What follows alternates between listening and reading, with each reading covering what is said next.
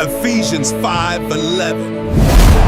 They selling souls for likes and lies, but the truth is coming to light. Open your eyes. They got the chains of greed, but we gon' break them tonight. Rise up and take your lives back. They chasing shadows and gold. I'm telling you, truth needs to be told. Break free, rise up, you are bold. What's up, y'all? It's your boy, Brainwavezz. And I'm here today to continue with a series of videos that I've been putting out explaining about narcissists and narcissism and all of the like. There has been some sayings where some people have said that those that are actual narcissists or those that show narcissistic traits and signs, that they actually are quote unquote possessed by the same demon. Because no matter what their walk of life is, no matter what their social class is, no matter their ethnicity or any of those things that we could come up with, they all act the same, speak the same, respond the same. Of course, within a few characteristic traits, but they're all exactly the same. So what we're going to do is I want you all to understand first, though the title is about leaving a narcissist friend, I want you to understand and recognize what a narcissist friend can be. Generally, when we hear about this particular conversation, we hear about narcissists as it goes to relationships. We generally hear the narrative, oh, my boyfriend is a narcissist, my girlfriend is a narcissist, my husband is a narcissist, my wife, and so on and so on. But we generally don't hear enough information as it relates to friends. And why am I going into the friend category, the friend direction, the friend lane? Well, oftentimes, many people that we associate with, we would call them friends. Some people haphazardly and interchangeably use the word. It could literally be associates, but you understand what I mean. We have friends with the places that we go, or you could call them associates. We call individuals that we work with, our coworkers, we call them friends. Those are also associates, et cetera, et cetera. You kind of get where I'm going. You have groups that you belong to. They may be considered a friend. Sports, you name it, anywhere, right? Just hangout spots. They could be considered friends. Maybe some of you may call them associates, but it fits the same bill when we do friend as well as associate.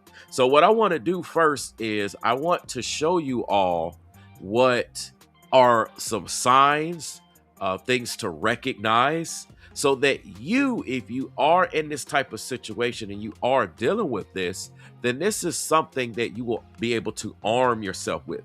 Because when it comes to the friend category, out of all the other categories, the friend category in terms of dealing with a narcissist is the most sneaky, the one that goes by, the one that generally occupies a certain amount of time and a level of involvement that's normally not caught or normally does not end as it would, say, if you were in a relationship or what have you. And when I say relationship, I mean a romantic relationship. So what I'm going to show you is we're going to take a look here at, I've got some information I want to put on the screen, and what we're going to see is some breakdowns. Now, these breakdowns are coming from actual professionals. These aren't opinions or anything. These are literally like breakdowns that you can hold these sources accountable. Okay, so I want to talk about this and show you all, because I believe from conversations that I've had with people throughout the years, conversations that I've overheard, things that have been shared with me, my own experiences, etc., etc., etc. This is something that a lot of people are dealing with. And so I want to put this information out so that you, if you're dealing with this, or if a family member, if a friend, if someone you know is dealing with this, then perhaps these particular steps, these tips, this information could perhaps help save them from going through a lot of the turmoil that comes with dealing with a narcissist. Okay, so let me go ahead and get this on the screen. Let's go. Now, as you can see, this video is from Med Circle. Let's see if I could do it like this. This video's from Med Circle. Again, this is official information. This isn't my opinions, though I'm going to add information along the way. But the source of this information, it's all coming from professionals, okay? Medical professionals. I want to make this clear. All right. So if any of this resonates with you, if any of this, like, say, hey, this sounds familiar. Again, this is being spoken on by medical professionals. All right, let's go. This idea of having a relationship with a friend who is a narcissist is really confusing to me because why be friends with a narcissist? Now, right off the bat, that's one of the biggest things and one of the biggest misconceptions. In society and life, you would think that no one would actually become friends with a narcissist. However, one of the things that I want you to understand is that this is a very common thing. And this is why a lot of people have issues in relationships. And I'm going to get into those issues a little bit later down the road. I'm also going to get into what happens when you leave a narcissist. But before we can get to that, you have to understand to recognize what a narcissist is when it comes to a friendship or some type of association. All right. So again, this is you see, this is coming from a doctor. So let's get into it. She's actually a licensed clinical psychologist, as you can see. But let's continue. Well, many times you didn't set out that way, right? So you got to remember, friendships are, to me, friendships are one of the most understudied, interesting, impactful human relationships we have. And I just want to say hello to everyone in the building. I appreciate all of you pulling up. You're going to learn something today if you didn't learn something already. We're just recognizing the signs first, and then you will see what happens when you try to leave, because something takes place when you leave. And I want to make this clear so that you can understand how to navigate this entire situation, because once you're armed with this information, then you may decide to leave. It just depends on the association, the friendship, or what have you. And if you leave, you need to know what's going to take place next. All right, but let's go. They don't ascribe to any of the usual rules. These are people we choose. We can have more than one of them. They can cycle in and out of our lives. We can go 2 years without speaking to them and pick up where we left off. An intimate partnership wouldn't work like that. Typically, a family member wouldn't work like that. There's a resilience and a durability to friendships that we don't see in other human relationships. Now, right there, that's what I want to talk about. There's a durability, like she said. There are some things that you're going to notice and you're going to experience that you're like, hey, me and my friend, oftentimes one of the things you're going to see is that you and your friend, y'all are going to be through a lot of things. You may overcome trials, tribulations, adversity together. So there may be some similarities. It's like, hey, well, we've been through this. Like, hey, have you been through that? Yeah, I've been through that too. And y'all have overcome it. Do you understand?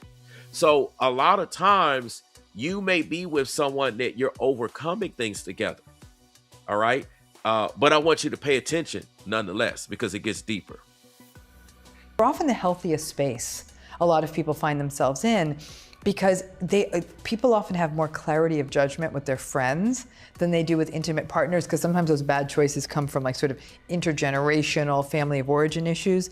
Friendships tend to be cleaner, but friendships are also interesting in that odds are you didn't meet your husband or girlfriend or boyfriend when you were 6. Right. You might have friends around since childhood. You might have gone to high school together. True. You might have friends you meet, last week, your friends you meet when you're 70, so they can insert into your lives in many different places and in different ways. You meet friends in school, college, job, military, because they're parents to your kids' friends, your partner's friends. So there's a lot of different ways they come into our life too. You see that? There's a lot of different ways. I spoke on that earlier. She expounded much deeper, but I spoke on that. I want to speak on Rebecca's comment. Rebecca is here. She says, yes, true facts. I'm a 13-year survivor from this. This is something that I have a lot of conversations with people with. Like, this is very common, and especially in the friendship space. And I know a lot of people have no idea how to navigate it and how to move, right? They have no idea, because if you move either way, it becomes a firestorm. It becomes like stepping on mines. Well, if you go in this direction, you go into a minefield. If you go in that direction, you go into a minefield. And what oftentimes what people end up doing is they become silent and they don't speak up. They don't speak out. And they just allow the narcissist to have their way, and then the narcissist is comfortable. Meanwhile, you're the one that's suffering, right?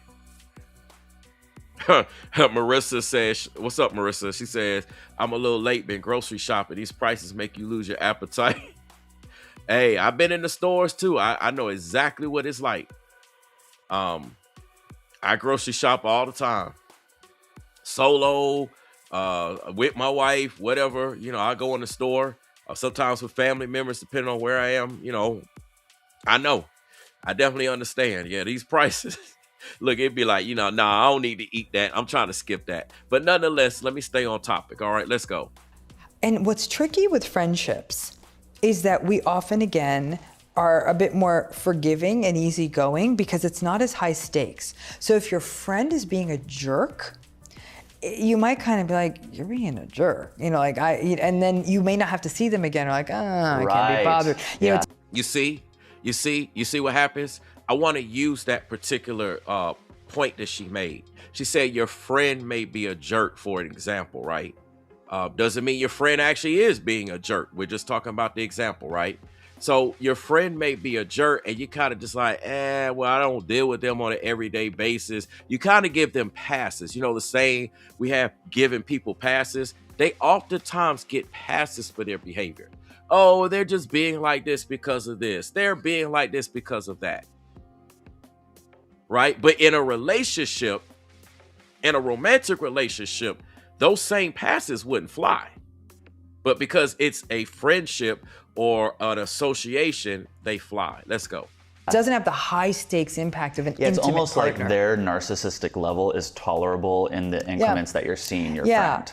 Where a lot of narcissistic friendships get unearthed is if they become your roommate or you travel with them. Oh, yeah. Those are two really revelatory kinds of moments, because it's one thing where you're out for drinks and they're kind of being a bit mean and judgy. Right. That's one thing.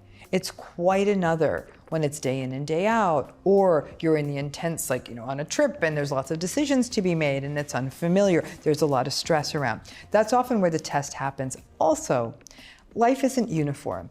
Our lives evolve and develop. One person may get married, one may not. One may move to another country, one may stay put. One may get a high-paying job, one person may get stuck.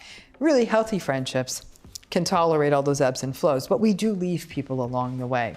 Once we perhaps have kids, we may not feel as much affinity maybe with childless friends. I don't agree with that. I think my friends without kids, I feel as connected to them as others, but not everyone feels that way. All of that said, that I think that there's a different tolerance for it, but until that pressure gets on. And then people are saying, this is terrible. Did you see what she said? She said until the pressure gets on. You see, things are fine until pressure is applied. There's all types of pressures. We as human beings experience pressures in life, okay? Look at the times we're in right now. You want to talk about pressure? Look at the times we're in. We just had Marissa come into the chat. Let me put her comment back on the screen. She just got finished talking about she been grocery shopping and the prices of groceries make you lose your appetite. Even though it's a joke, I mean, that's considered pressure. So when we're in pressure times, that is when things are revealed. You see, when things are not under pressure, things are not revealed. This is one of the reasons why diamonds are so beautiful, because they've been under pressure for so long. It's one of the reasons why God likes to try his children, those that believe in him, believers, through the fire. You know, it is through the molding of the clay, you know, the potter molding the clay.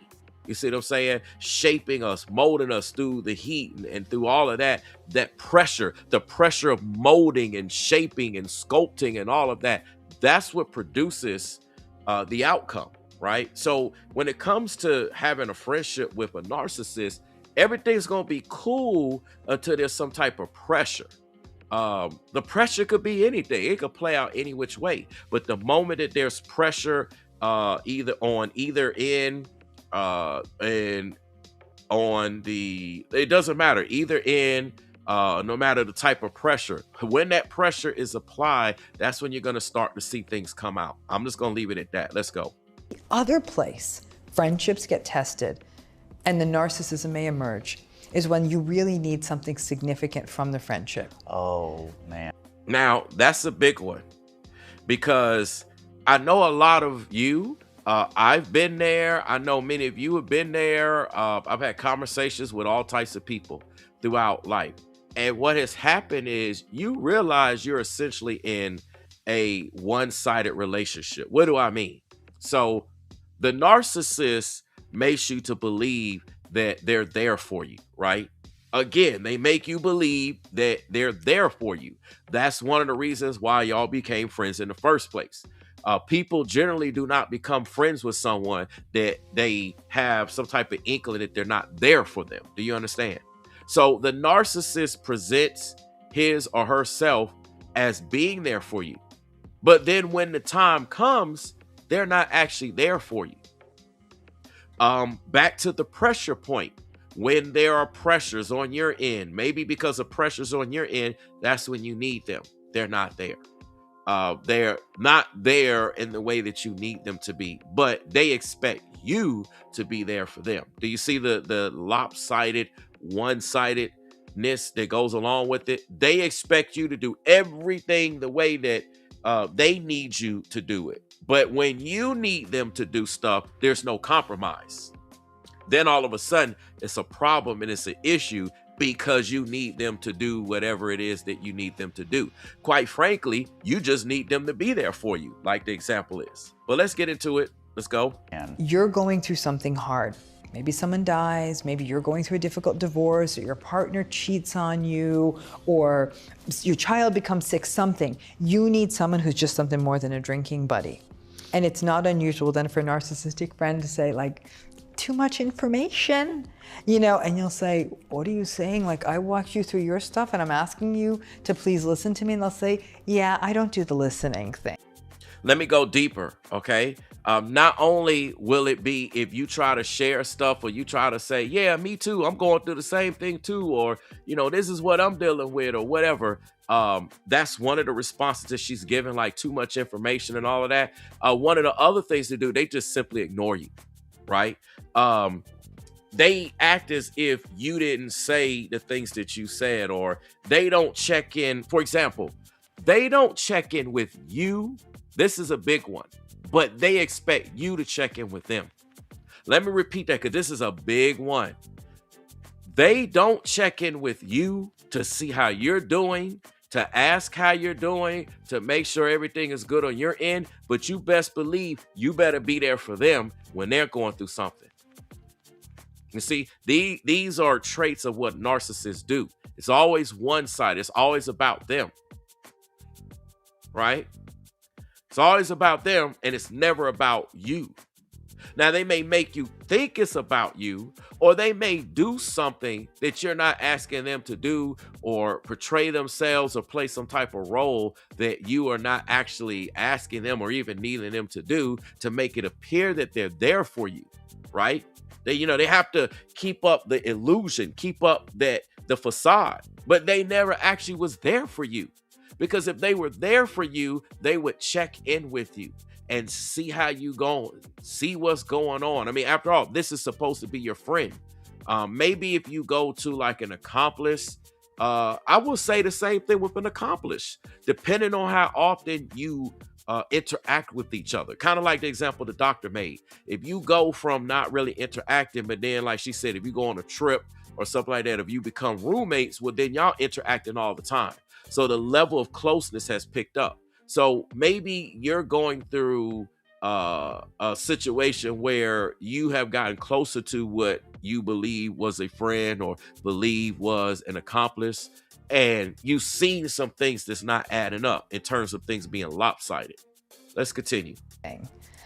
And all their superficial fun over the years comes you to start to light. see it for what it was. You know, this just happened to a friend of mine. He decided to get sober, and one of his friends goes, just to his face, I don't think we can be friends anymore. And he goes, why? He goes, drinking's a big part of my life.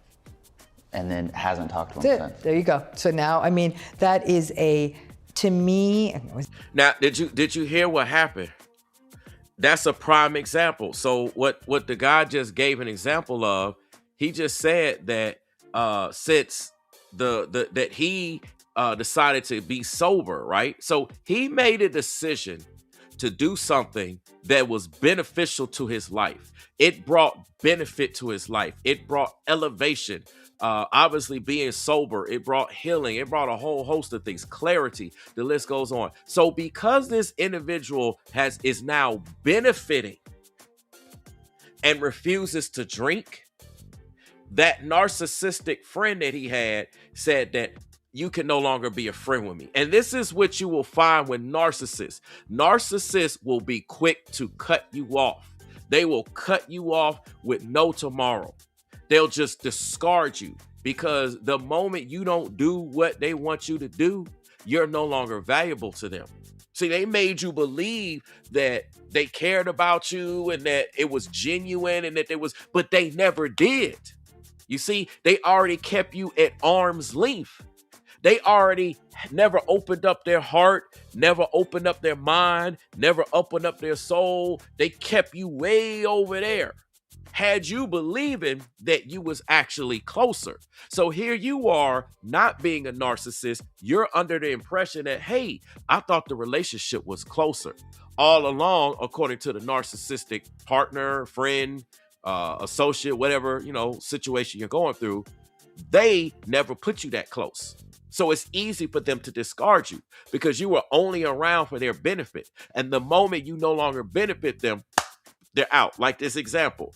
The guy on the show here, his drunk friend or ex-drunk friend or whatever, the only benefit that they had was the fact that the guy on the show was drinking. The moment he decided to sober up his life, that was no longer a benefit. But yet, sobering up his life was benefiting him. You would think that the narcissist being a friend would actually be happy for him doing something that benefits his life. Oh no, the narcissist goes off. They have issues with that. They see it's okay. They don't want you to benefit, especially if they didn't directly do anything to lead to that benefit. Now, here's what's tricky with narcissists. If they actually suggest something, if they say something, if they do something, whatever it is, if they actually go forth and put that effort towards it and it benefits you, then they're okay with that. Why? Because they can go back and say, well, I put that person on that level. It's because of me. It was my money. It was my time. It was my resources. It's my wisdom. It's me. Because of me, that's why that person is where they are. So they benefit off of that because it's still all about them. But the moment that you do something and you benefit and it's not related to them, that's when they got an issue. That's when they'll be quick to discard you. They'll discard you just like the trash that they got to go out on trash day. All the time. It doesn't matter if they were with you for 50 years. You can have a friendship, association with a narcissist for 50 years, and they will discard you like they don't even know you.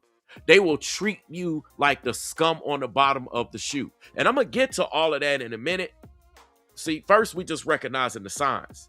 Y'all might want to stay tuned because when we get to what happens when you leave a narcissist, Is it NPD? Who the heck knows? But that to me, the lack of empathy, Right. the entitlement, the superficiality, the lack of self-awareness, that's definitely narcissistic and veering into something darker. That's not a So friendship. how would my friend have seen his true colors without not have. going through that? He might not have. He may not have. So we all could be friends with a narcissist We all and are. not even know it. We all are. We all are. I can think about my group of friends. There's friends I've left under pressure. Something happened. We had an interchange. I was like, damn. notice how they're bringing up, and the guy on the show asked the question, how could you see? I mean, how could the narcissist see the issue, see the wrong in what they did? She said they probably can. And that's generally what happens. The narcissist does not see the error in their ways. What the narcissist does is point towards you. It's you, it's you, it's you. It's the person, it's the person, it's the person. That's what, you know, they would like to do. Give me 1 second. I got to respond to a text.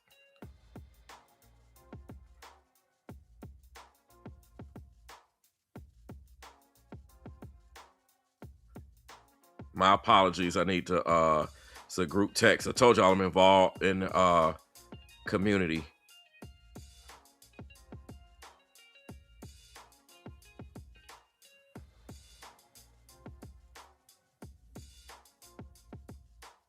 All right.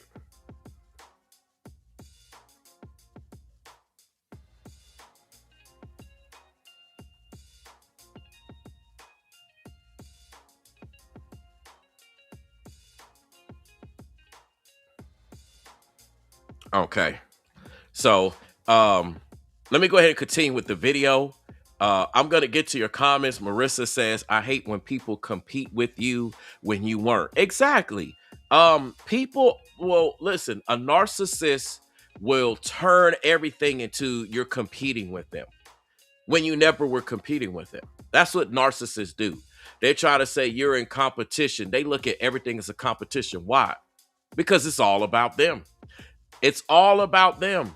They got to be number one. They got to lead the way. They got to be the star of the show. They got to be the best. They got to be the center of attention. Nobody can top them, et cetera, et cetera. And when I say all of these things, I'm talking about individuals in their orbit.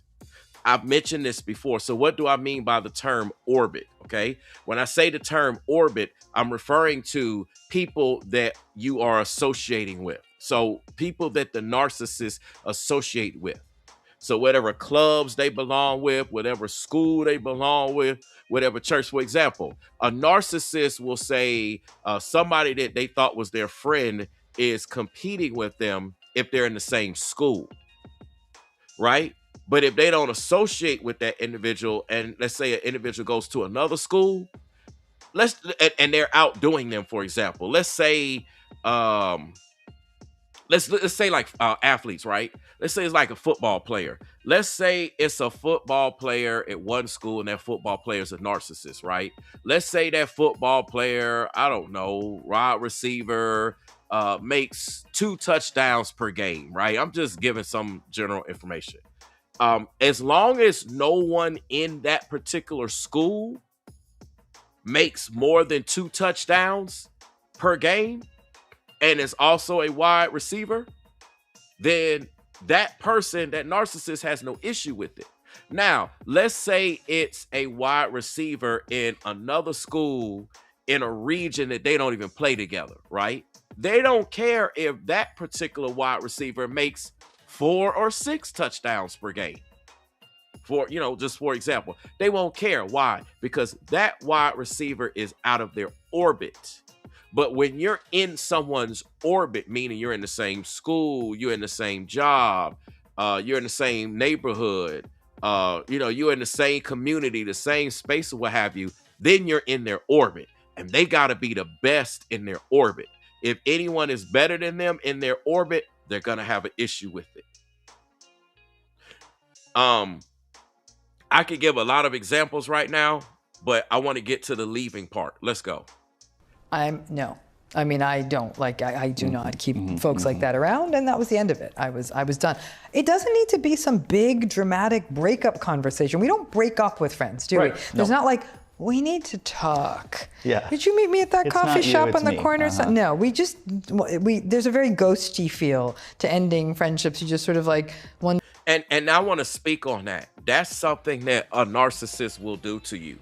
A narcissist will just ghost you. A narcissist will cut you off and they won't say nothing to you. You will have no idea that they just discarded you, right? That's what narcissists do. They will cut you off, close all doors, disbar you, disband you. They will go into smear campaigning. They'll tell everybody anything they can to make it look like you were the problem. You know why they do that? Because it saves face with them. They don't have to do no inner work. They don't have to be accountable to God, at least until they stand to the pearly gates, because everybody, when we, get to that point, we all got to answer. But in the meantime, in the land of living, they can go around with this facade like they're perfect and they haven't done anything wrong. And they do that so that they can attract more supply. You see, they attract more supply.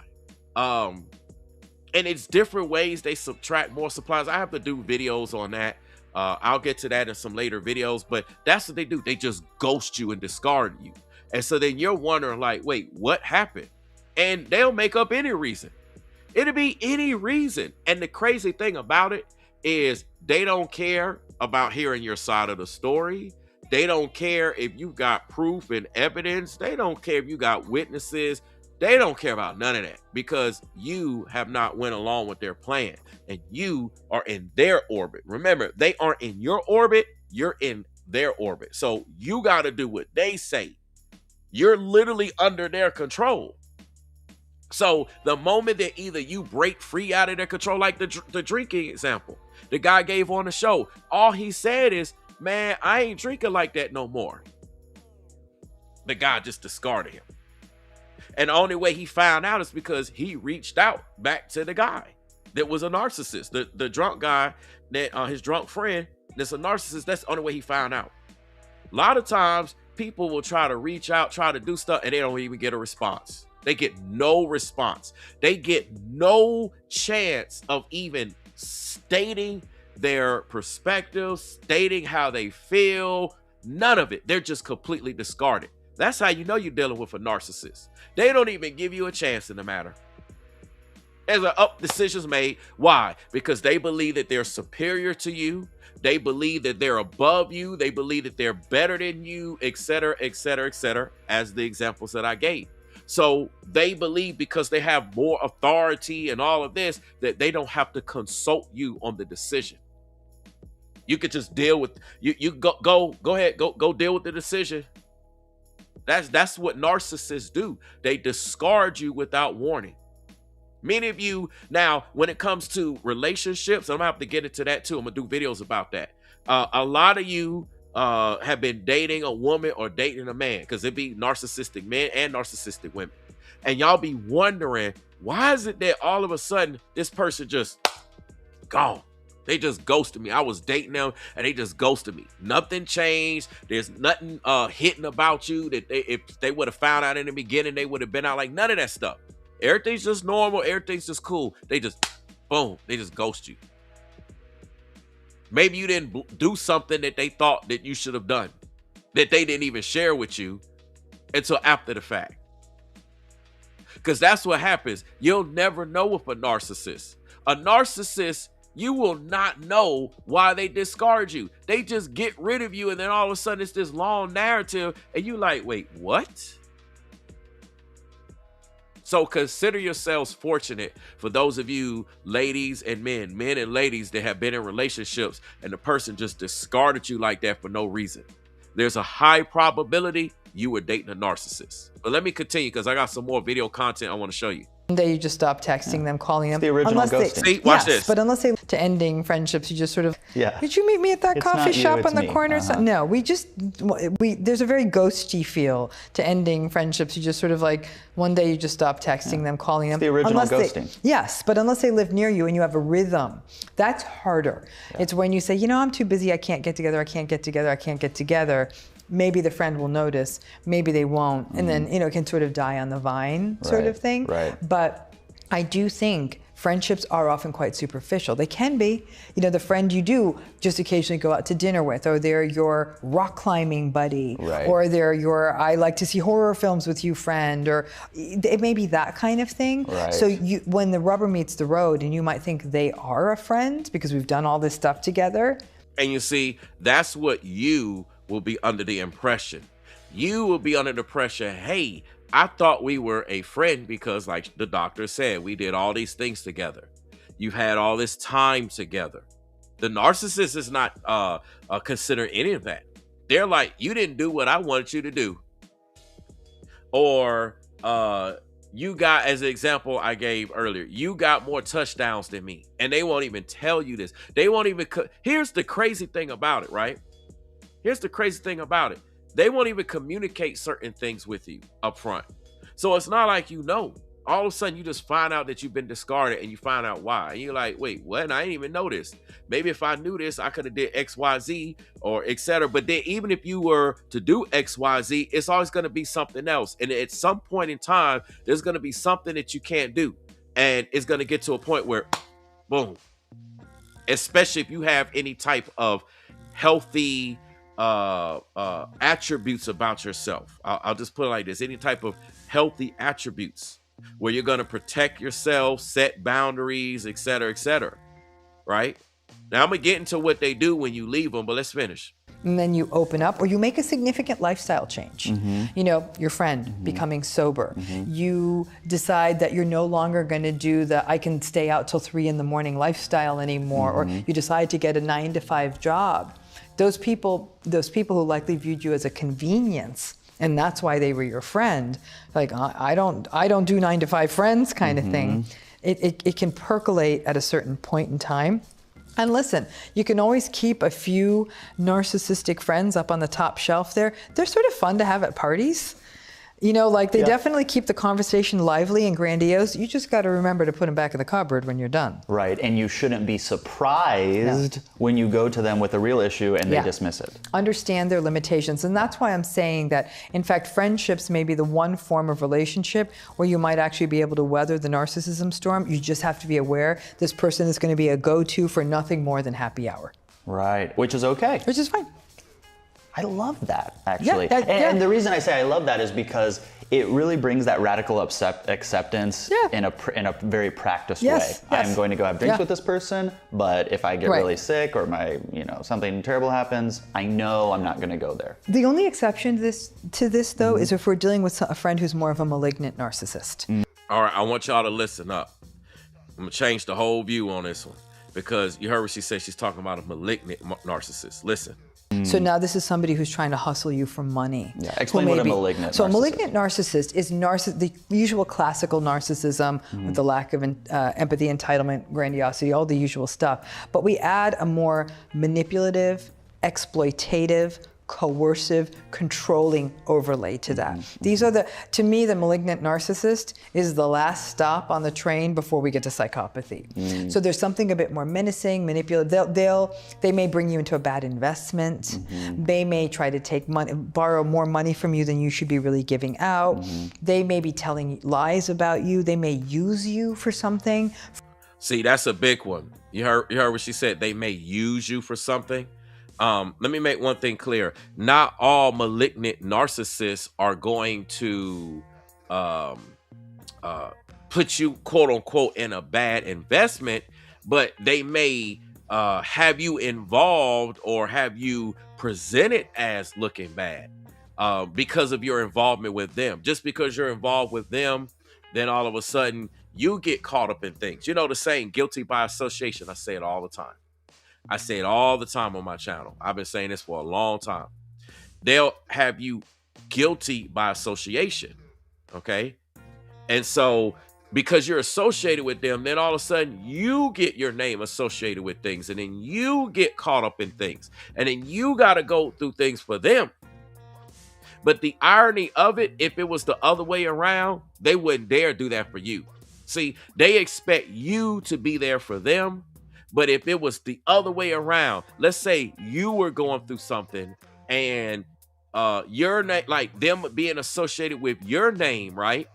Let's say in that same situation, if you're associated with them, right, the narcissist, and your name is you're receiving negative attention, you're receiving negative things because of the association with the narcissist, right? But you're there because you considered the narcissist a friend. You considered the narcissist an acquaintance. And I know this applies if you were in a romantic relationship, then go ahead and, your boyfriend, girlfriend, husband, wife, whatever, family member, apply those things. But I'm focusing more so on the friend aspect, because that's the one that gets missed. This is the one that people miss. All right. So you're catching L's. You're catching a lot of negativity because you are associated with the narcissistic friend. If the story was flipped around the other way and you were dealing with something and the narcissistic friend had to catch L's by it being associated with you as a friend, they wouldn't be there. They wouldn't do it. And see, you'll see a lot of one-sidedness. It's like they'll want you to be willing to do everything, give everything. But when it comes to your end, they're not willing to do the same thing. Okay. And it comes off as selfishness and a whole lot of things, but they're not willing to do that. Lady G says, man, this is just like the person I was friends with. This is my reason for doing this particular series of videos, because it's the ones I put out. I'm just getting started with this, right? There's a lot of people that are dealing with people that they thought was a true blue friend. They thought that they was just straight up associate or what have you.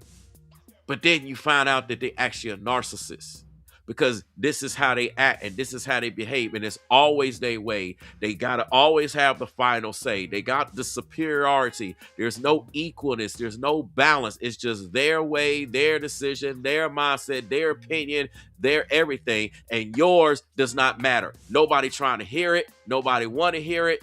And if that's the case, you're highly likely dealing with a narcissist. If they're unwilling to sit down and listen to somebody who they say is a friend or is an associate, they're unwilling to sit down and listen, unwilling to hear, then that person is a narcissist.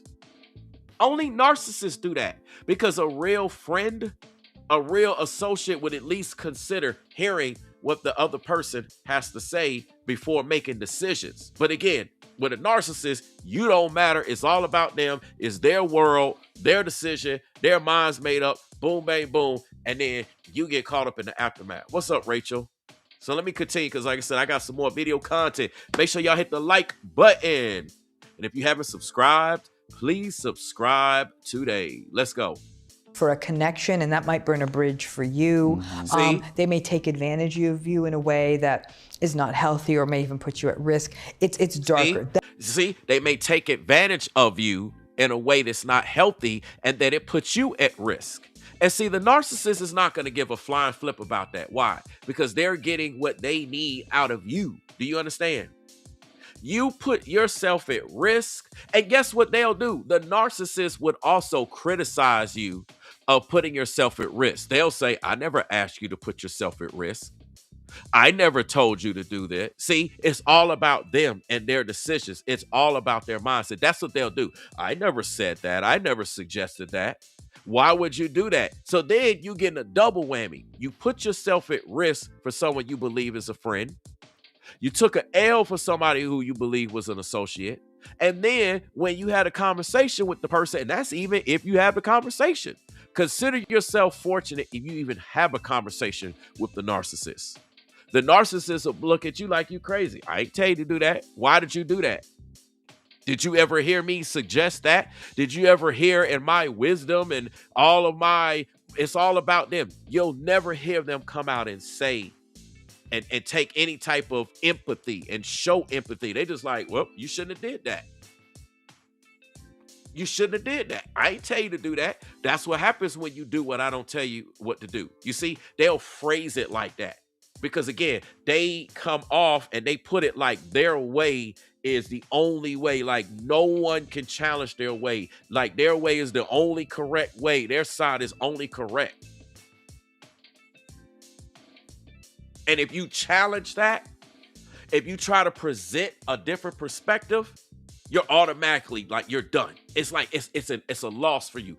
automatic. And that's even if they have a conversation with you. Like I said, consider yourself fortunate. Most narcissists will just cut you off and not even allow you to have a conversation. And you don't even know why you got cut off. Like I said, there's people today, there's friends, associates still scratching their head, wondering what happened.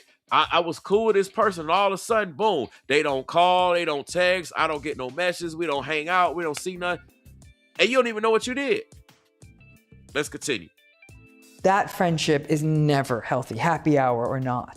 So those friendships really you do good to sort of get out of, because I mean, I can't tell you how many people I've been told about who got bilked of tens, if not hundreds of thousands of dollars by a friend who was trying to bring them in on a deal, and they fell for it. These are like the Bernie Madoffs of the world. Yeah, but you know, small time, tiny Bernies, but definitely like people who have no problem hustling a friend. And you would have probably been much more guarded if someone brought this to you, but because it was your so-called friend, you actually listened to the pitch. Ooh, that's good. Yeah. So while you're saying this, in my head, I'm divvying up my friends into real friends and other friends. And those other friends are the ones that maybe they're a narcissist, maybe I'll never know, but they serve that role and it's not detrimental to my life. Yes. Okay. Yeah, it's also the kind of thing where you may only have limited tolerance for it. When your time becomes more precious, you may be less willing to spend time with these maybe more benign narcissistic, but nonetheless narcissistic friends. And you might feel like, you know what, I get one night out a month, I got kids, I'm not sure that this is the person I want to give it to. But if you have a party, a big barbecue where there's 100 people coming, a few narcissists around, who cares? Right. Thank you, Dr. Ramani. Well, in our next and final session. All right, so I want to switch gears to another video. Again, we're breaking down in the beginning how to recognize a narcissist in terms of dealing with a friendship or associate, so that you can see what happens when they leave. So you got to understand and recognize, oh, okay, I believe based upon these particular set of information that you're dealing with a narcissist. Then you can understand what happens when they leave, because it might be confusing and they leave and you can't even recognize that they are a potential narcissist, right? So let's go ahead into this, because there's one more I want to get into and then we'll go. What is going on, beautiful folks? Today, we're going to be talking about how to tell if your friend is a narcissist. Signs your friend might be toxic or narcissistic person. If you're new here, my name is Lee Hammock. I'm a diagnosed narcissist. Now, this particular video is very important because the first video we heard from a doctor, okay, from Med Circle. We heard from a doctor from Med Circle. I want to give you actual verifiable information. I want to show you some actual proven sources, not just give you my own opinions and perceptions on the matter, because I'm not a licensed doctor or anything like that. I want to give you some actual medical tips on how to recognize, okay? I mean, again, these are things we're going to have to pay attention to. The Bible says in these last days, people will be lovers of themselves, narcissists. Okay? It says that. The Bible literally says that. Let me see if I can keep this on the screen right here. Let me put this on the screen while we taking a look at that. See that? 2 Timothy chapter 3, verses 1 through 5. The phrase lovers of themselves mean narcissists. Narcissists love themselves. They will do anything to protect themselves, defend themselves, support themselves. It's all about self. Okay? They will do anything to preserve their self. And the reason why I want to focus on this and bring this out real quick before we play the video is because I don't want you to be deceived with people who try to portray it as being self-love. A lot of times narcissists slide in, and this is how a lot of people get into relationships, associations with narcissists. They portray it as, oh, I'm doing self-love. I'm doing self-love. And I'm going to do a whole video on that, on how to distinguish genuine self-love versus or self-preservation or whatever you want to call it versus narcissism, because there is a difference. All right. There absolutely is a difference, but they portray it as I'm looking after self, loving myself, et cetera, et cetera. So you, as the potential friend, you as the potential associate will believe, wow, this is an awesome, self-loving individual. It's okay for me to be around that person. Little do you know, that potential person has a potential to be a narcissist. Anyhow, let's continue with the video. Welcome to another episode of the Narcissist Code.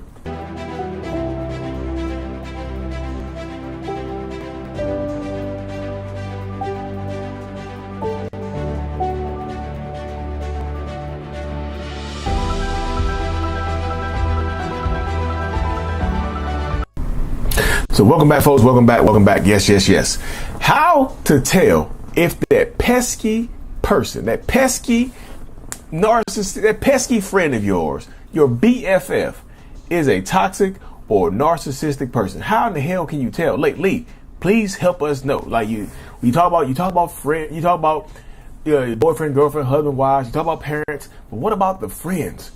My parents are cool. My boyfriend, my girlfriend, my husband, my wife, my spouse, they cool. But my best friend, yikes! I swear up and down, they might be toxic as hell.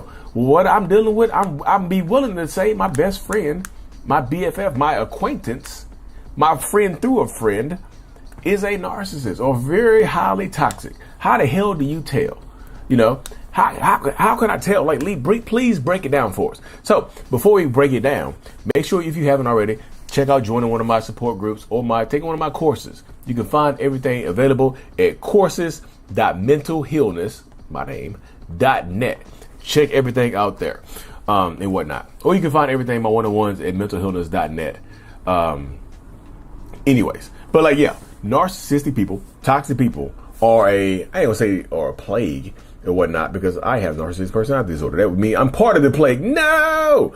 You see, we're literally hearing from someone that has been diagnosed medically as being a narcissist. So first we heard from a doctor, right? Now we're hearing from an actual person who's been diagnosed as being a narcissist. So as the saying goes, what better person to hear from than the horse's mouth?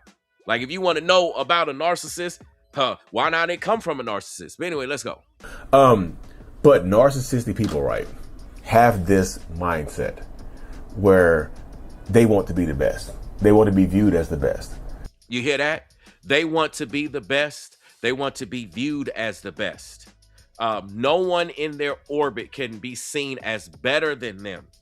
If there is anything, like I gave the example of the wide receiver, right, on the same football team in school.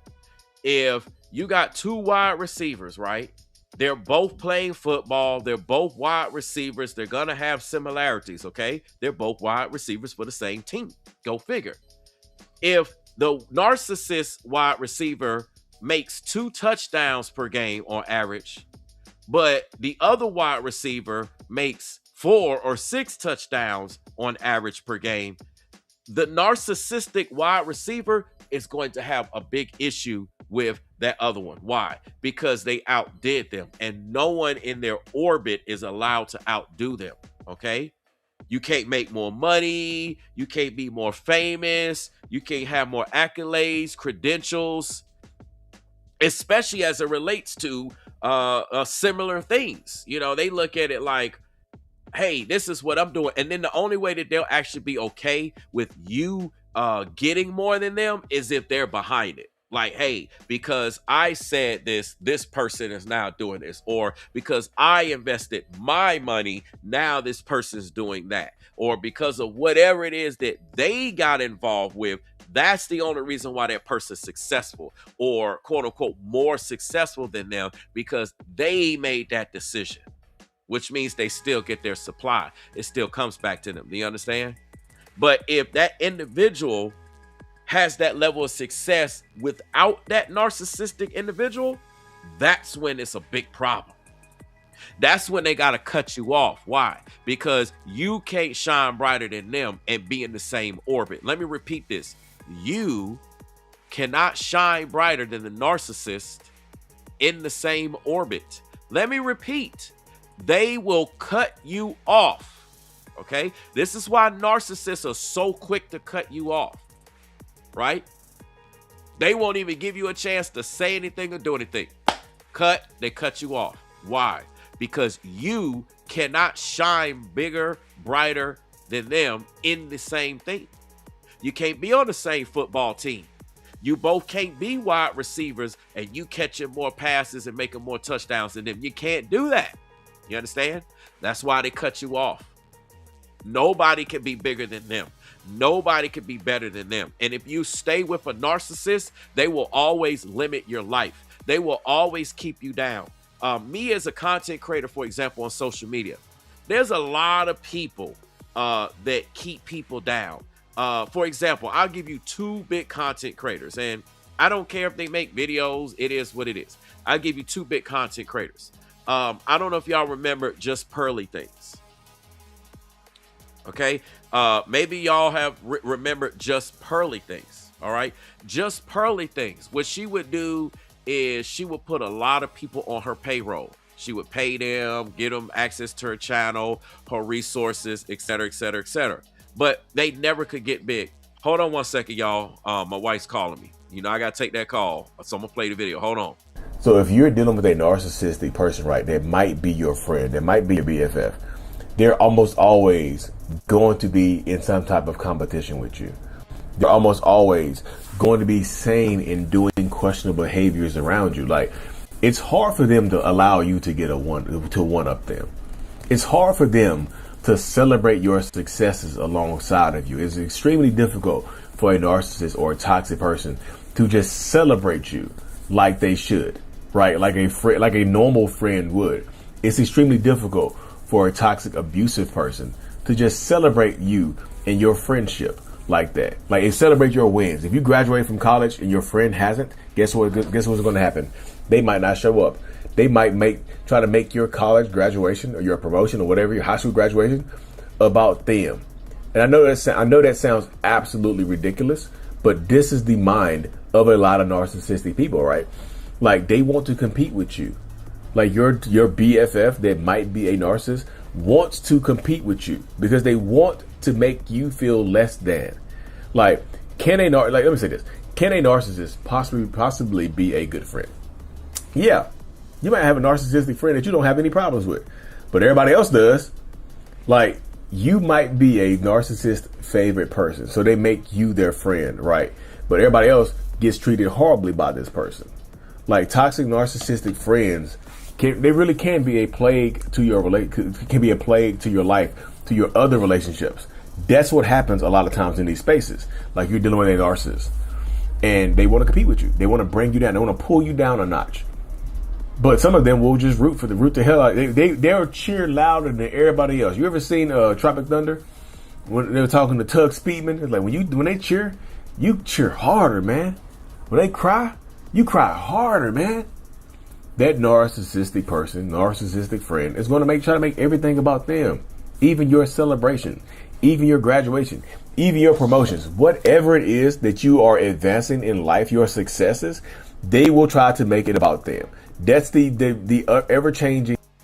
All right, y'all. So I know I came back and I had the video playing and I didn't get to comment like I wanted to. But like what I was saying, the narcissist, you can never be bigger than the narcissist. And like I was saying, I was giving you an example of Just Pearly Things, right? Is anyone familiar with Just Pearly Things? I'll put it on the screen so y'all can understand who I'm talking about. Some of you may know the name, and then other of you, you may remember I've done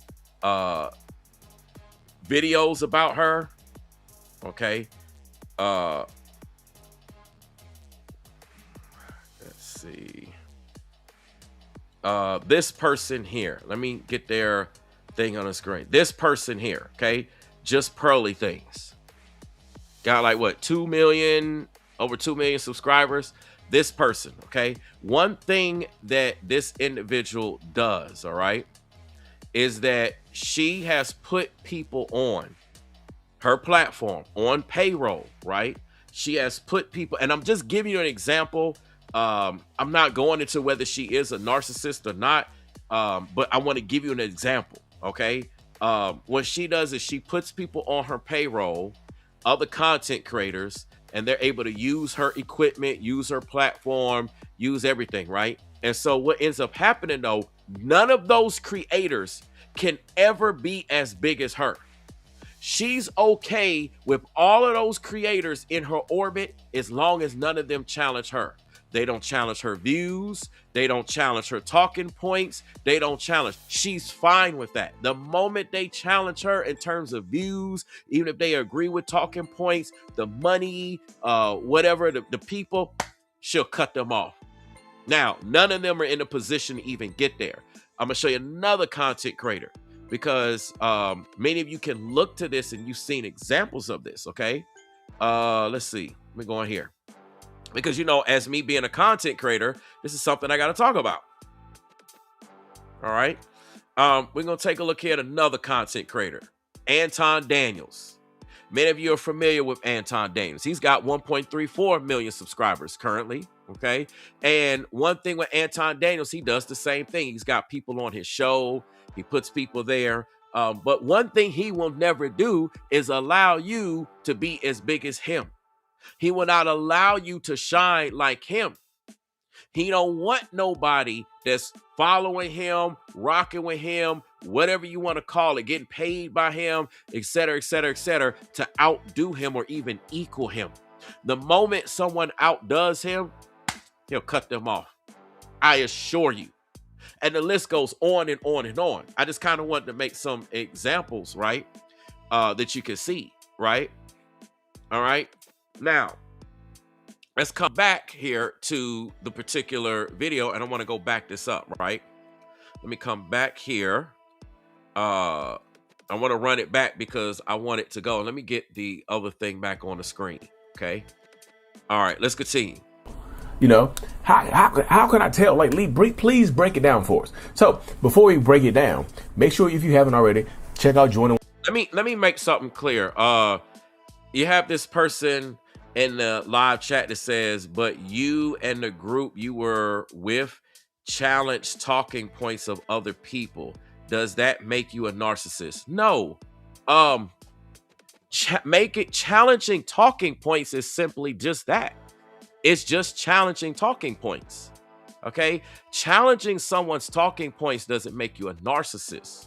What makes a person a narcissist is someone is generally a leader at something, okay? And then they generally have people that quote unquote either follow them, rock with them. They consider them a friend. They consider them an associate, someone that is in their orbit. Do you understand? We're not talking about people outside. When a content creator challenges another content creator's talking points and they're not even in the same group or same orbit, and they don't associate with each other, is what I'm trying to say. They don't associate with each other, okay? That's not a narcissist, all right? Any person can challenge someone's talking points. That is a healthy dynamic of life. In fact, that's what you actually want. You want people to challenge talking points. The difference between this, though, and a narcissist is no one can challenge the narcissist talking points. The narcissist and anyone, especially in their orbit, so anyone that works with them, that's on the same football team, that's in the same group, whatever, the same community, etc., etc. You kind of get where I'm going. I don't want to get too detailed because this could vary. There's so many different situations, like literally so many different situations, okay? The narcissist will not allow anyone in that group, in that orbit, okay, to challenge them. And generally, they are an individual that has more than the other people. So either they got more money, they got more status, they got more a higher position on the job, or maybe they higher in the team. If it's a sports team, maybe they the quarterback, or I don't know, could be the coach, or you kind of get where I'm going. They generally have more, right? There's something where they're seen publicly as, oh, that person got more. And it may be some things that you got to actually pay attention and look. May not be deliberately obvious, but a lot of times it is if you pay attention. with that particular individual, if you challenge what they have to say, if you challenge where they are in terms of your level of success, and you're making more, you're doing more, you have more influence, the list goes on, then the narcissist will discard you. Okay, the narcissist will not go back and forth with you. All right, the narcissist for the most part will discard you. And if they do, they go, and I'm gonna get into that. So I don't want to quite get into what they're going to do because I'm coming up on that in the video. But I want to make it clear, right? Okay, listen. Black, you're coming here to be disruptive. So I'm gonna put you on timeout. Okay, you're on timeout. You're saying a lot of foolishness that has nothing to do with the topic. But you say, but you all challenge a person and y'all orbit because they had a different talking point. Listen, you're not getting the point. Okay, just because you have a different talking point doesn't mean you're a narcissist. Do you not understand that? Many people, listen, I just got finished saying it's healthy for individuals to have different talking points. That's what makes the world unique. That's what makes the world different. It would be a boring world if everybody was just like everyone. What are you talking about? Like, you're here to cause disruption. You're not here to listen to the topic. So that's why I timed you out. And if you continue to be disruptive, I'm just going to go ahead and block you because I'm trying to teach people a lesson. Challenging someone's talking points don't automatically make you a narcissist. Okay? First of all, the person that is challenging a person's talking points isn't a narcissist. It is generally the narcissist who feels challenged. Do you understand? The narcissist is like, why are you challenging my talking points? Why are you, in this particular person's example of using talking points? All right. I'm only responding to this particular example. When you challenge a narcissist talking points, they're like, my talking points is the standard. My talking points is the absolute. No one should challenge that. The moment you challenge that and you are associated with that particular individual, they're going to cut you off. They're going to close the door on you. They'll do smear campaigns. They're going to paint you out as the bad individual for challenging their talking points because they believe that their talking points is absolute in that group, in that team, in that whatever you want to call it. Like, you got people that come in here and be disruptive. Let me get a failure. Do y'all believe in the live chat that this individual is being disruptive? A simple response of yes or no. Because I need to know. I need to check the temperature. Is it brainwaves or is it this individual that's coming into the chat? Y'all let me know. Y'all let me know. I'm teaching a real serious lesson here. And then you got people that come in here and do that. What's up, y'all? Deserves of glory. Good to see you here. I could tell you that this person is only here to troll because if you look, if you take a look here, this person has no content. They ain't got nothing here. They're just here to troll. Okay. It's probably somebody that, and that's generally what it ends up. I don't know what happened with the camera. That generally happens. Okay. It generally happens. So if that person continues, they're just going to get blocked.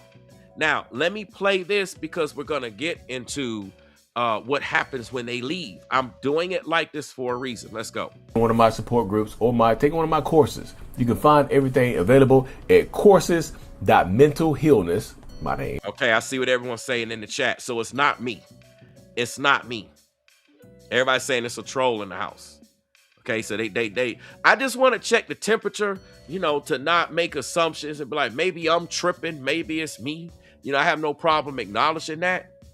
But it's clearly the troll is trying to twist stuff and get into an argument like, I don't know you, troll. I don't know who you are.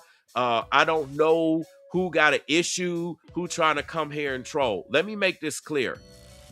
If you have an issue with all the things that's being said, and this is a full educational lesson, then you have an issue. It is not me.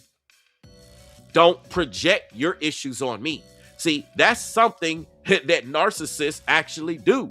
They project their issues on you. So all the issues, all the demons that they dealing with, they projected on you.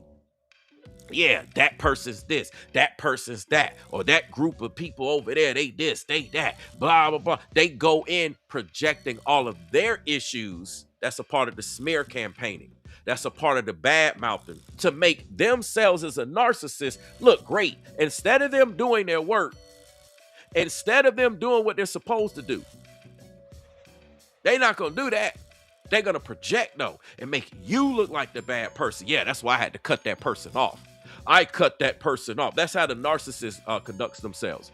I cut that individual off, or those individuals. Sometimes it's multiple people. I cut all of those individuals off because something was wrong with them. Nothing is wrong with the narcissist. The narcissist did no wrong. There's no error on the narcissist end. It's only on your end. Come on now. Let's go. .net. Check everything out there and whatnot. Or you can find everything in my one-on-one. Yeah, Rachel is right. Trying to catch me out. Think I'm gonna get caught slipping or trying to mess with me like I don't know what I'm talking about. Listen, let me make this clear. I know this subject matter without putting any information on the screen. I know all the videos that I talk about, unless I say otherwise, and I don't know anything about this topic, but I'm gonna cover it. I know what I'm talking about before I even put the information on the screen. I'm just giving you actual references so that I want people to be like, hey, I could go to there and I can listen. I could go see. I can learn more. I'm giving you sources that have been validated. Do you understand? Anyway, let's go. At mentalhealness.net. Anyways, but like, yeah, narcissistic people, toxic people are a plague or whatnot, because I have narcissistic personality disorder. That would mean I'm part of the plague. No! But narcissistic people, right, have this mindset where they want to be the best. They want to be viewed as the best. So if you're dealing with a narcissistic person, right, that might be your friend, that might be your BFF, they're almost always going to be in some type of competition with you. Did you see that? They're going to almost always be in some type of competition with you. Listen, you're not in competition with them, but they are in competition with you. What do I mean by that? It's what I said earlier. Since they are in competition with you, you can't be better than them. You can't make more touchdowns than them if you're in their orbit. If you do, it becomes a problem. Then it becomes an issue because you are doing better than them. You would think an actual friend, an actual associate would be happy that either one of you is doing great or doing better or doing excellent. Because if one of y'all wins, both of y'all win. Come on now. But the problem is the narcissists don't see it like that. They see it like they losing. That's how the narcissist sees it. The narcissist is like, oh, well, that person is winning. They got 6 touchdowns. I'm only getting 2 touchdowns at the end, 2 touchdowns averaging per game. So that means that my career is going to be over because that person's getting 6, and then everybody's going to end up signing that person. They're going to go pro and be in the NFL, and I'm not going to go pro. Why would anybody think that? There's always people that got more numbers and do stuff. That doesn't negate the work of somebody that gets less numbers. But see, the narcissists don't see it like that. They look at it like you trying to take from them or harm them or hurt them because you just so happen to get 6 touchdowns averaging per game versus the other person. For all we know, you could just be hot right now. Like that person that's getting 6 touchdowns on average per game just so happen to be hot. They on a hot streak. It don't mean that that's what's going to last, but they on a hot streak. But you know what? The narcissists don't want to support that. They don't care about that. They look at it as, well, you hotter than me, so I can't have that. Snip, snip.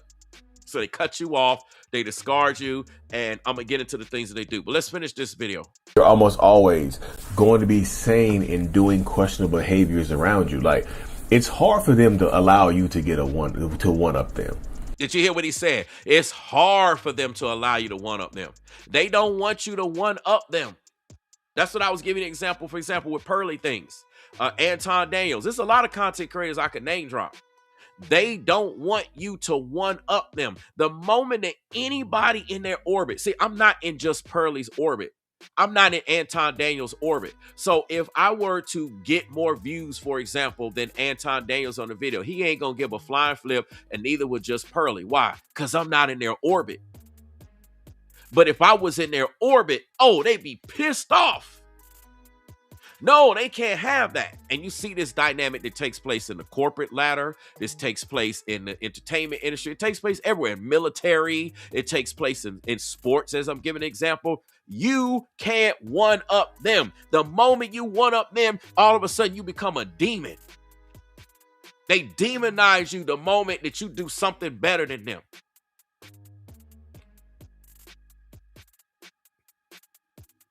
This is crazy. That's what they do. The moment you thinking this is your friend, right? So you want to share your wins with your friends. You want to share your accomplishments. You thinking your friend or your associate or whatever will be in your corner, be happy for your wins. Nah, man, they mad. They big mad. They just figuring out how they gonna cut you off or make your life a living hell. Try to stop you from shining. Try to stop you from glowing. Why? Because you making more touchdown passes than them. And they're upset about it. But when they was making more touchdown passes than you, they had no problem with it.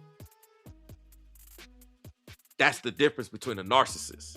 A friend, an associate would be happy for anybody winning, even if you win more than them.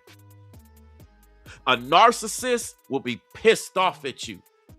It don't matter how it go about, how it happens. And then they'll make up. They'll consort with themselves or whoever, if there's other people involved, and make a unanimous decision without your involvement. Then all of a sudden they cut you completely out. They ghost you, they cut you, and you don't even know why. And you just doing your thing. And then they gonna call you the demon. They gonna say you the issue, and that's why they had to discard you. That's what a narcissist does, man. Let's go. It's hard for them to celebrate your successes alongside of you. It's extremely difficult for a narcissist or a toxic person to just celebrate you like they should. Let me make this clear.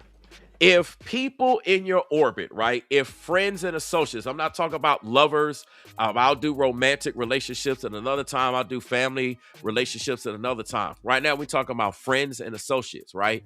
If these people are truly your friend and truly your associate, they wouldn't be upset with you winning. They would not be upset that you're winning, because what people have to realize, there's times when they are winning and you're not winning, right? But you as a friend, you as an associate, you're happy for the success of the narcissist. You see, you as a friend, you as an associate, you are happy about the success of the narcissist. Here it is, you not winning, you struggling, but they winning and you happy for them. But the moment that you win, they get upset. And don't let it be the same thing. Don't let both of y'all be lawyers. Don't let y'all be doing the same thing. Oh, they can't have that. So you can't be doing the same thing and winning. Narcissists can't stand that. They got to get rid of you then. Then you become a problem. You become an issue. And then they'll make up a whole narrative in their minds and they go run with it. Sure, you're the issue. You're the issue. You're the issue. Why? Because you're winning when they're not winning. I thought they was a friend. I thought they was associate. So what that means is that they lied to you about the relationship the entire time. Because a true friend, a true associate would not do that. And they definitely would not discard a relationship, especially without talking and consulting and finding out and having a conversation with that so-called said friend and or associate. They definitely would not do that. Only a narcissist would get rid of somebody who's supposed to be cool with them and then not have no conversation with them. And then blame the person so that they can feel better, so that they can sleep at night. That's what a narcissist is. And this thing is so dangerous, and so many people go through this. And I'm going to be doing a lot of videos on this because people need to know. A lot of us got associates. You may not have friends, but a lot of us got associates. And you thinking these people are in your corner. Sometimes you wonder why certain people feel some type of way when you are winning. Oh, you got the new car. See, a lot of times people say they just haters. But a lot of times some of these haters are actually narcissists. They ain't just hating, they actually are narcissists. Because they consider you being in the same area. Again, if you work on the same job and you pull up with a new car and they ain't got a car nicer than your car nicer than their car, newer, they gonna feel some type of way. Or you get a promotion on the job and they don't get a promotion. You come on the job, been there for 5 years, you get a promotion. They've been on the job for 50 years, and then they still, I just saw something pop up on my phone. They've been on the job for 50 years, and they don't get the promotion that you got. They're going to feel some type of way about it. They're going to have to get rid of you. Instead of maintaining the relationship and being friends and all of this stuff, they'll discard all of that and make it seem like you did something dirty or like you got some reason. The person that caught 6 football passes per game on average versus the one who caught 2 on average. The narcissist caught 2, the other player caught 6, for example, right? They'll make it seem like it's your fault why they can't catch the passes. They'll make it seem like it's your fault. All you doing is you caught 6 passes, but they will go into this whole thing to make it seem like it's your fault because they can't catch the passes. This is crazy, man. Let me play the video. Right, like a normal friend would. It's extremely difficult for a toxic, abusive person to just celebrate you and your friendship like that. Like, if celebrate your wins. If you graduate from college and your friend hasn't, guess what's going to happen? They might not show up. They might try to make your college graduation or your promotion or whatever, your high school graduation, about them.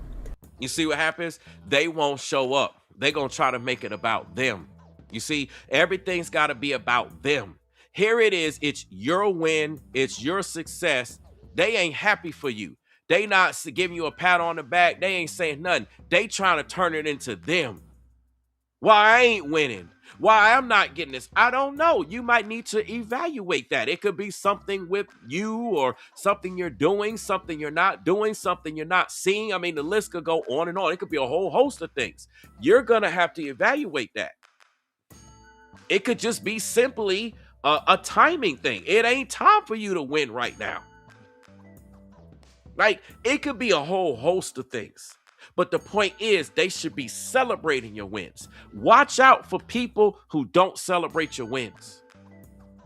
Watch out for people who feel some type of way about your wins. Just watch out. Those people may be a narcissist. And I know that sounds absolutely ridiculous, but this is the mind of a lot of narcissistic people, right? Like, they want to compete with you. Like, your BFF that might be a narcissist wants to compete with you because. Did you hear what he said? Your BFF.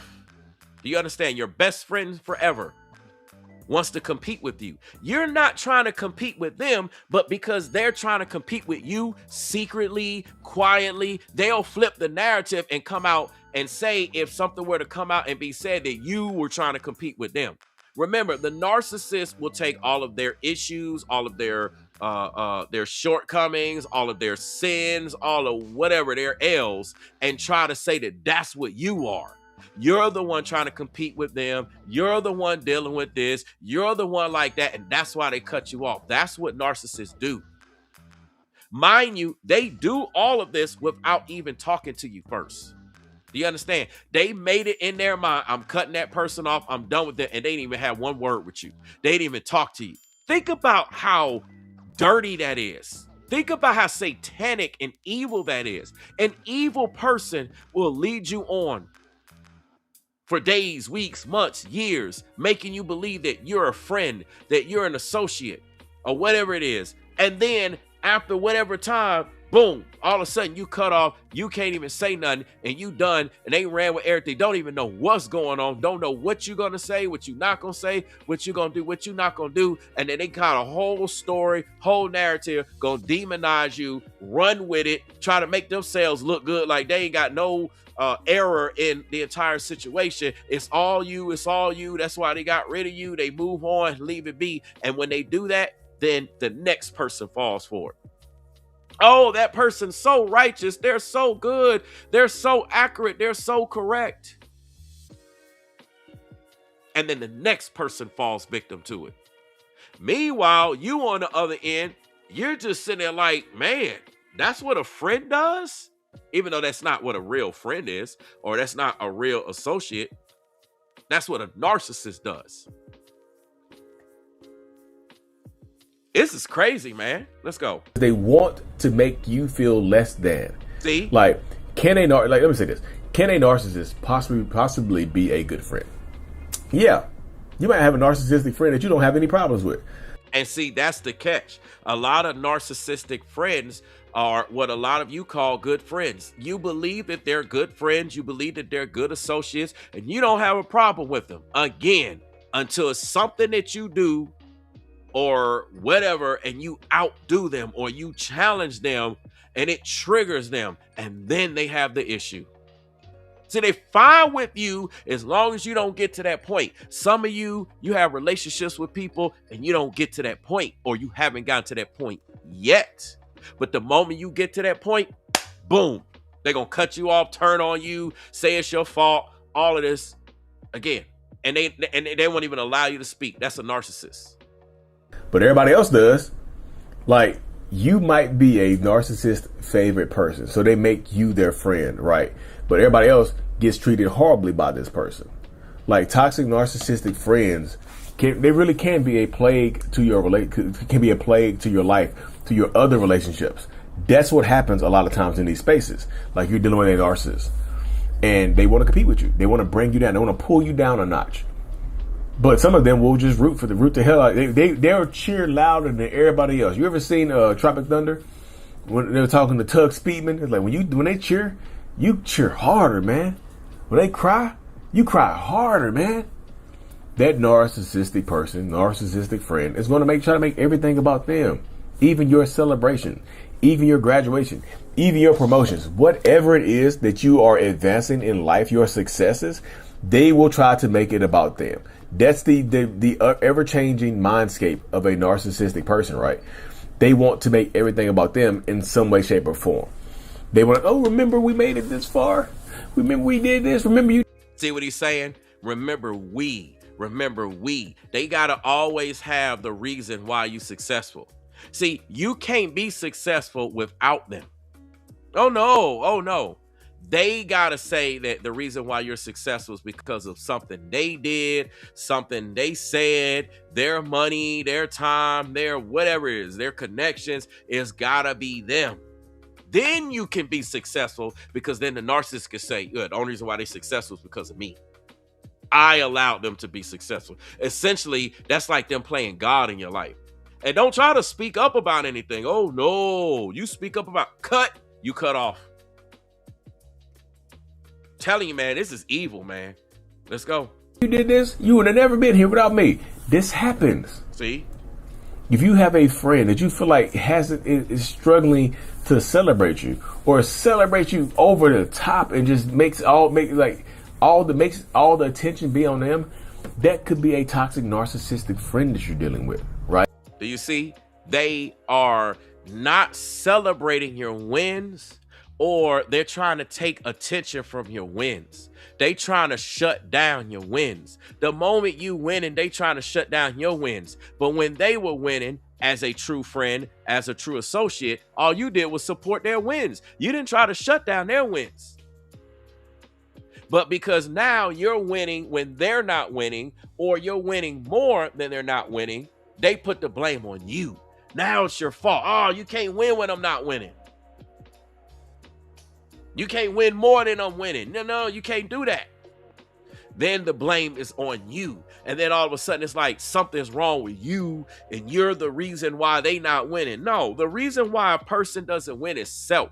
A person, listen, we all have to examine what's going on inside of us. Sometimes as when it comes to the Bible, God will be about to bring you to the next level. Let me make this clear. Let me come on the big screen. Sometimes God is about to bring an individual to the next level. But because an individual refuses to look within oneself and deal with an issue, it could be an issue that could have been there for a long time, and an individual could get away with it for years, and it doesn't impact them.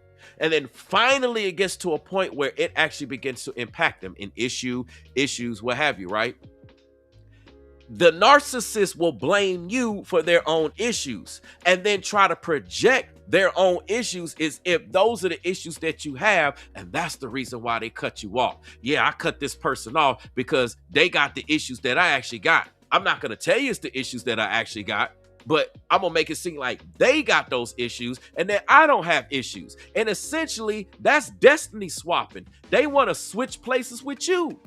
Here it is. You don't have those issues that would stop you from your success, stop you from your accomplishments. You don't have those issues, right? But they want to destiny swap with you, put their issues that's stopping them on you, and then they want to steal your issue or your lack of issues, rather, want to steal all of that so that they can become what you are, just so that they can stay on top.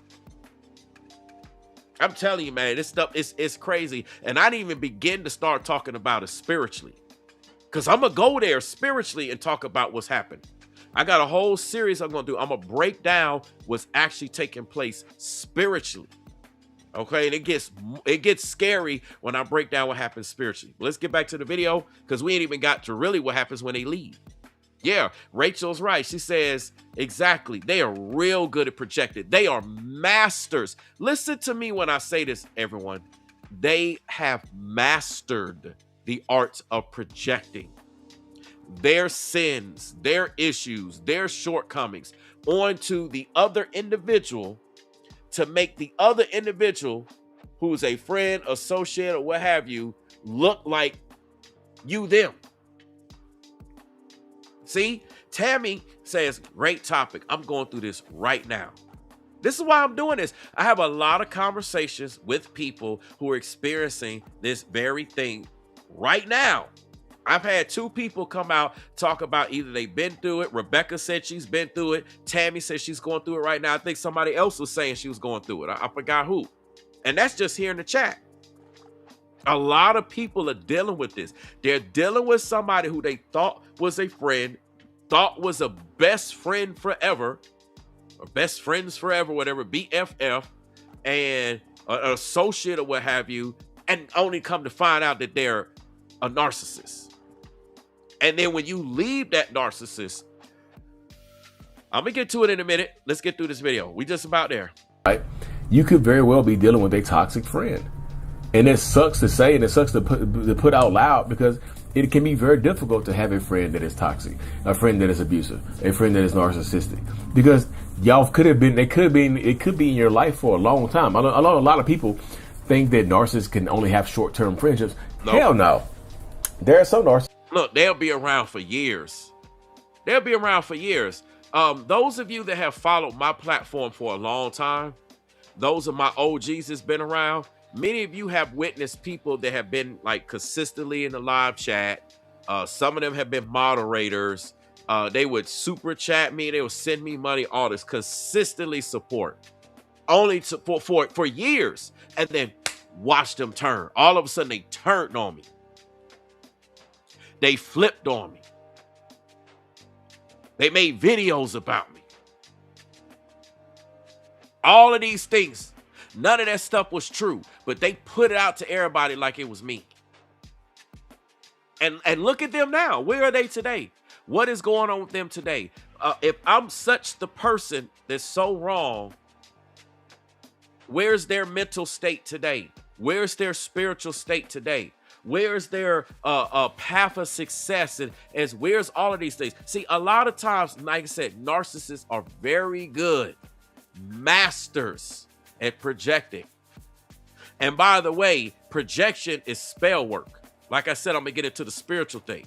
So when they're projecting on someone, they're bearing false witness, they breaking all types of scriptures, they're doing spell work, all types of craziness, and all that stuff is straight demon time. I'm gonna have to get into that when I do the spiritual aspects of what happens. And this happens all the time. And then a lot of y'all wondering why all of a sudden you start feeling some type of way, that like it's out the blue. You wonder why stuff be going on. It's because they be doing stuff. And then they'll try to say that you're the one doing stuff. That's what they'll do. They'll try to, oh yeah, I cut that person off because they doing stuff. They doing this, they do. That's what they do, man. Instead of taking accountability. Instead of, and you know, I'm real big on this channel about taking accountability. Those of you that follow me, I'm very big on accountability. They don't take no accountability. It's just you. Like I said, those of you that are going through this right now or have just gone through this, y'all know what I'm talking about. Tell me if this is not your experience. Tell me if what I'm saying makes no sense to you. Let's go. They can absolutely have long-term friendships and relationships like that. They absolutely can. It doesn't mean that they're going to be good, healthy friendships or relationships, but they absolutely can have these long-term dynamics that work out for them. You know, y'all might be next door neighbors. Y'all might go to the same school for a long ass time. Like, they can be in your life for a long time. It doesn't mean that they're going to treat you horribly all the time. It's not all going to be bad. Y'all might have falling outs. Like, a narcissist that's a friend can ghost you. Just like in a relationship, y'all, the same rules apply. Just like in a relationship. Just like they can ghost you. They can ghost you. They can give you the silent treatment. They can. They can rage out on you as well. You ever had a friend give you narcissistic rage? That's damn near next level. That's damn near next level insanity right there. If you're dealing with somebody and you're like, damn, this person right here toxic as hell, but they're my friend, they're my bestie, they're my BFF, whatever's going on here, and it's hard for you to separate yourself from them. It is. I'm not trying to make it seem like it's easy, because narcissistic people, they can make it very difficult to deal with them. They absolutely can. And that's why I'm just telling you, like, dealing with a narcissist is tough. And let me explain how they make it difficult dealing with them. You can't talk about the issues. Listen, okay, you can't talk directly to them because they cut you off. They're not going to speak to you, okay? So you can't talk with the narcissist. They consider you being wrong if you were to go to talk to someone else, even if you kept it. Let's just say you kept it in like somebody you could confide in, right? And when nothing would get out, they'll say you're wrong there. No matter how you go through it, how you process it, how you deal with it, it doesn't matter what you do. They'll say you're wrong. If you're quiet and you don't say anything, they'll say you're wrong. That's why you're quiet. They'll blame you. That's why you're quiet. That's why you're not talking. If you talk and you speak out about it, then they'll say you're wrong. That's why they talking about it. That's why they speak. Like, you can't win with a narcissist. There is no winning, no reasoning. They ain't trying to hear you. They ain't listening. And they just cut you off. They cut it off. Don't give you no chance. Cut. They beat you to the punch. You ain't got no chance at all. They've made an executive decision in the relationship. You're out of there. Let's go. As it is anyway, but dealing with one that's a friend that you've been friends with for a long ass time can be even tougher sometimes, because they, like I said, they will make everything about them. Yep. They will compete with you. They will rage out on you. Yeah. You see that? You got to stop and think, why is somebody getting so angry? They'll make up any reason, anything. Again, it doesn't matter. You can't say nothing about it. There's nothing you... Listen, when you're dealing with a narcissist, it doesn't matter what you say. You're automatically wrong when it comes to a narcissist. No matter what. I don't care if the whole world is standing saying, no, that person is correct, narcissist. The narcissist will still consider you wrong. If you don't say nothing, the narcissist considers you wrong. So you got to do what's best for you in whatever situation as it relates to dealing with the narcissist. Because again, you're going to have to beat by their drum, move when they say move. Everything is them. Their mind is made up. It ain't no talking, ain't no reason. There's no getting through to them. And they didn't even give you a chance to hear you out. That's evil as hell, man. Listen, narcissists don't give you a chance to say anything or do anything, ask any questions. A lot of you trying to figure out, I don't even know what's going on. You as the friend, you as the associate, you're like, I don't even know what's going on. And guess what? Cut. They done cut you off and you don't even know what's going on. And then they look at you like, well, you should know what's going on because you this and you this and you that. They got a whole story, a whole everything, and they ain't share none of it with you and expect you to know everything. It's craziness, man. Let's go. Like if you like, they'll give you the silent treatment and be super passive aggressive because you can't have a covert narcissistic friend, right? See, super passive aggressive. Let me run that back. Out on you, yeah. Like if you like, they'll give you the silent treatment and be super passive aggressive because you can't have a covert narcissistic friend, right? They will give you the silent treatment and be super passive aggressive to you, right? They will be super passive aggressive to you and just treat you horribly, and you don't know what you've done wrong. Woo-hoo-hoo-hoo. Did I not just say that? That's exactly what they do. A lot of narcissists, they're covert. I'm about to do a whole series on just covert narcissists. A lot of y'all are dealing with covert narcissists. That's why you don't see it coming. They're covert narcissists. They don't look like a narcissist. That's why many of you became friends and associates with people. They don't look like it, but that's what they actually are. They give you the silent treatment. They cut you off. They got a whole campaign. And you don't even know what's going on. I mean, when you're cut off, you can't reach out. They cut you off. They're not going to respond. They're not going to do it. You're done. They discarded you. They threw you in the trash can. You thought that this was a friend. They threw you in the trash can as if that ain't dirty enough, as if that don't hurt enough. Or an associate, and you like, man, you'll be like, I thought it was this. Well, I guess it was that. It's crazy, man. And give you the silent treatment all along. You don't even know what's going on. I told you, they're done with you.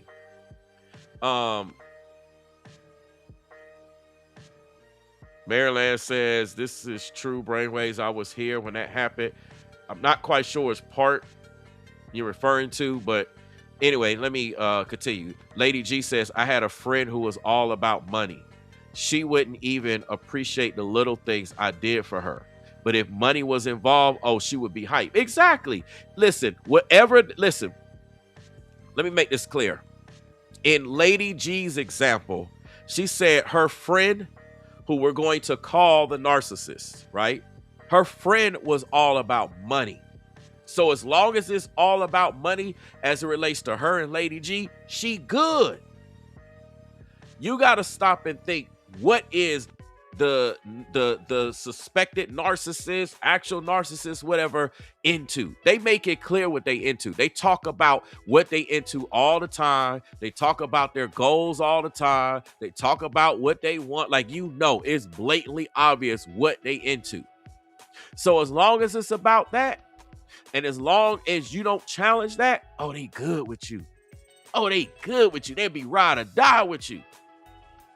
But the moment you challenge that, yeah, man, they discard you. You're done. You don't even get a chance to say anything. That's evil as hell. That's satanic. That goes against everything that even the Bible talks about. I'm going to get into a whole lot of things spiritual. Let's go.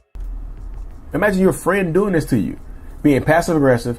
You don't know what you've done wrong, and they refuse to tell you. They'll give you the silent treatment. Your friend can start a smear campaign. Yeah, imagine having a friend that starts a damn smear campaign on you. Yep. What the heck? Like, what is even that type of mindset? What type of mindset goes into your friend starting a smear campaign on you?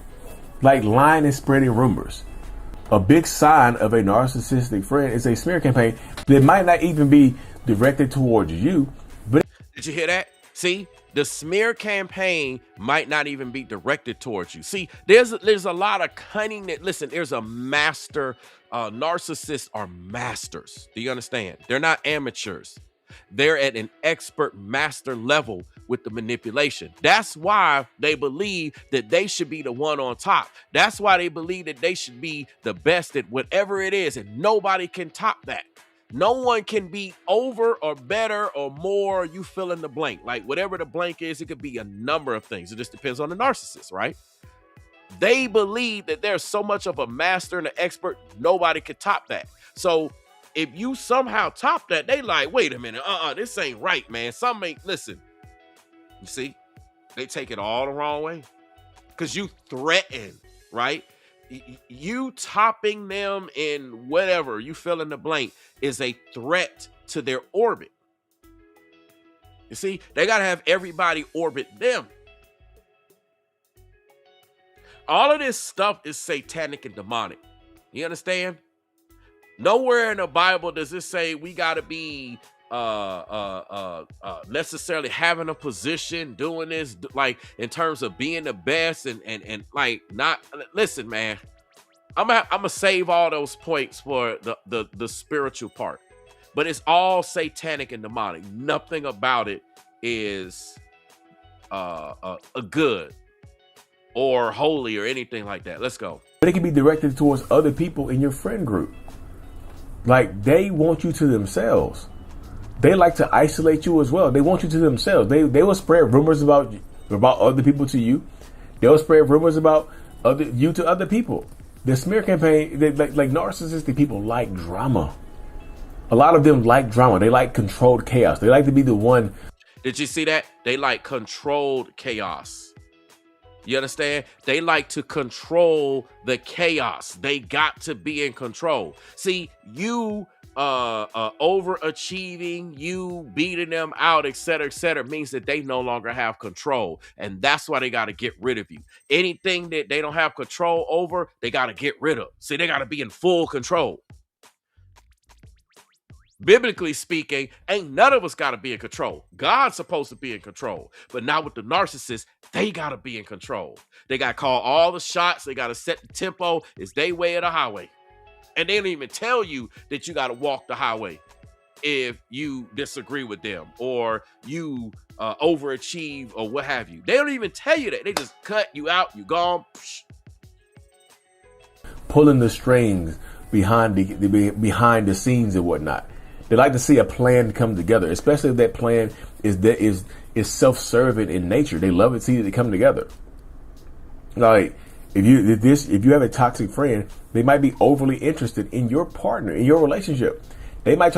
Now he's going into something. I don't want to get into the relationship part, but what I am going to get into is what happens when the narcissist leaves. Okay, let's go. And this is coming from Dr. David Hawkins, as you can see, a medical professional. Let's go. Why can't a narcissist agree to disagree? Let's explore that idea. I'm Dr. David Hawkins from the Marriage Recovery Center and the Emotional Abuse Institute. Please click on that subscribe button, share this video with others. This is going to be a very robust conversation. Why can't a narcissist agree to disagree? You hear that concept all the time, right? Let's just agree to disagree. It's a beautiful concept. And then I tell that troll that came into the chat earlier, talking about, oh, y'all be challenging people and stuff with talking points. You're supposed to agree to disagree. That is healthy. That's what makes life, right? You're going to have moments where you disagree. But like I said, the narcissist is going to come to a full conclusion without even talking to you, right? A whole conclusion is going to come. They're going to disagree with you, this. They got the whole narrative laid out. You cut off, you're done. You like scratch your head like, what happened? I don't know what's going on. You straight in a state of confusion, and they running with a whole narrative, right? They going into a whole narrative, and then they bad mouth you, and then it's just crazy, right? And a lot of people are experiencing this. We've had several people come into my live chat. All right.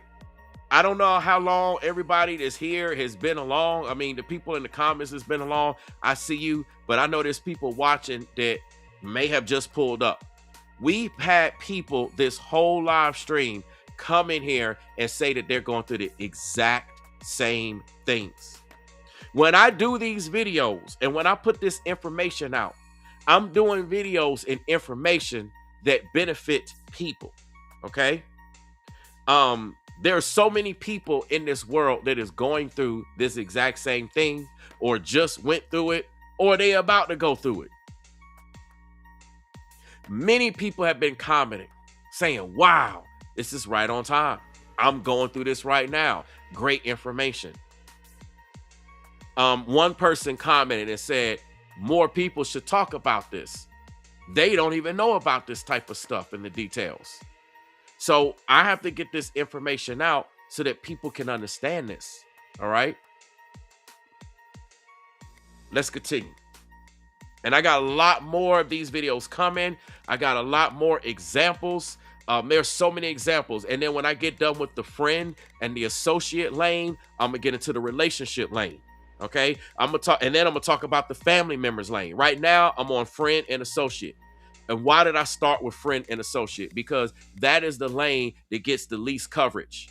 You hear people talk about narcissists as it relates to a person that they're romantically involved all day, every day. There's hundreds, if not thousands of videos of dealing with a narcissistic boyfriend, girlfriend, husband, wife, or what have you, right? A partner. There's tons of videos.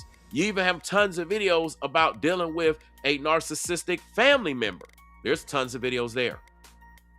So there's not a huge need there. I'm not saying there isn't any need. There absolutely is a need, but there isn't a huge need. But what the need is, and what you don't hear enough of, is dealing with a friend or an acquaintance. Okay?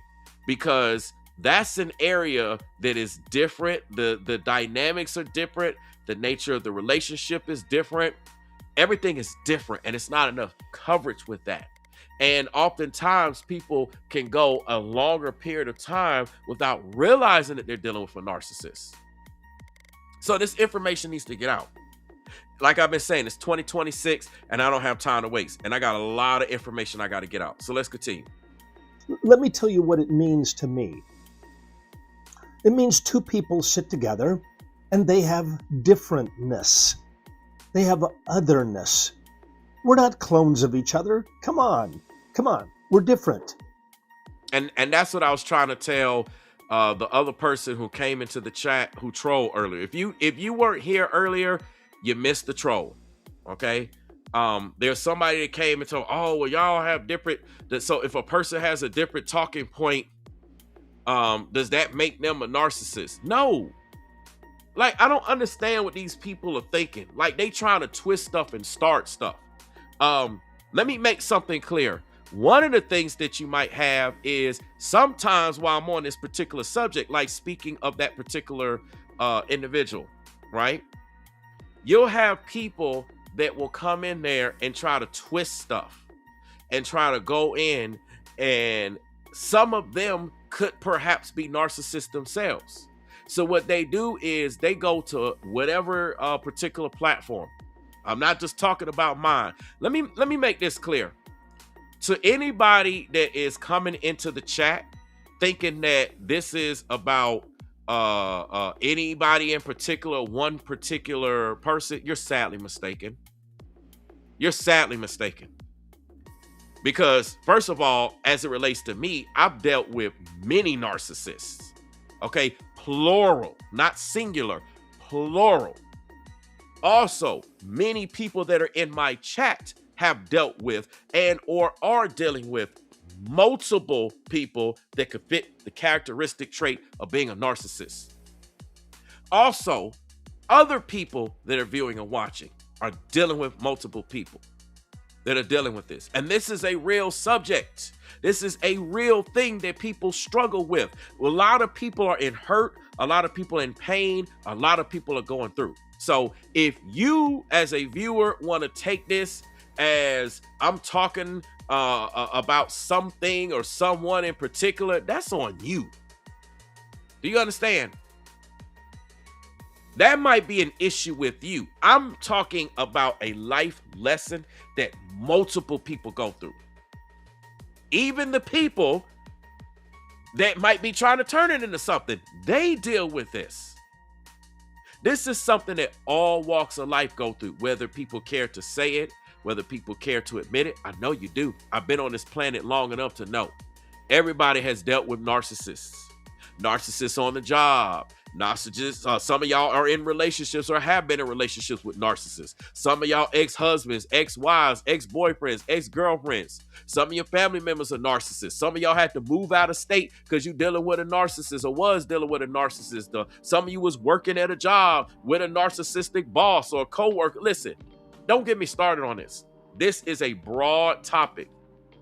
So if anybody's trying to come here and turn this into a specific thing, then perhaps the issue's with you. Perhaps this is something that you might want to try to turn it into, because if that's what your goal is and that's what you're trying to do, then perhaps you might be a narcissist too.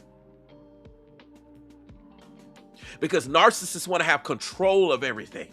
They want to control my platform. For example, like I was saying, you have viewers that will come in here and try to control my platform. Tell me how I need to do this. Tell me what I'm doing. And they ain't never showed the face or hardly ever showed the face or not real true supporters or haven't really truly been there. But yet they trying to dictate. We don't have that type of relationship. Do you understand? We don't even talk outside of social media. But yet they're trying to dictate and control and turn what I'm doing into something that's not. Nah, man, I don't tolerate that. So I want to make that clear. This is not about one particular subject. This is not about one particular thing. I'm trying to give examples. And if you, as a viewer, whether you watching the live stream, you watching the replay, you in the clouds, and that's what you believe, then you have an issue. That is an issue within your heart. That is an issue with you. I don't have an issue. I'm good over here. I'm simply arming people with information so that they can recognize, oh snap, I might be in a narcissistic relationship with a friend or an associate. That's why it's going that way. So what happens if I leave that relationship? Well, let's continue. We're different. You're an extrovert, I'm an introvert. You're a Republican, I'm a Democrat. You're a Protestant, I'm a Catholic. Whatever the differentness is, whatever the otherness is, we sit with that. And in fact, that's why we're all intrigued with one another at times, right? And that's also why there's conflict with one another. Now, but let's talk about, why can't a narcissist engage with that? Why can't they embrace this, let's agree to disagree? Do you see what he just said?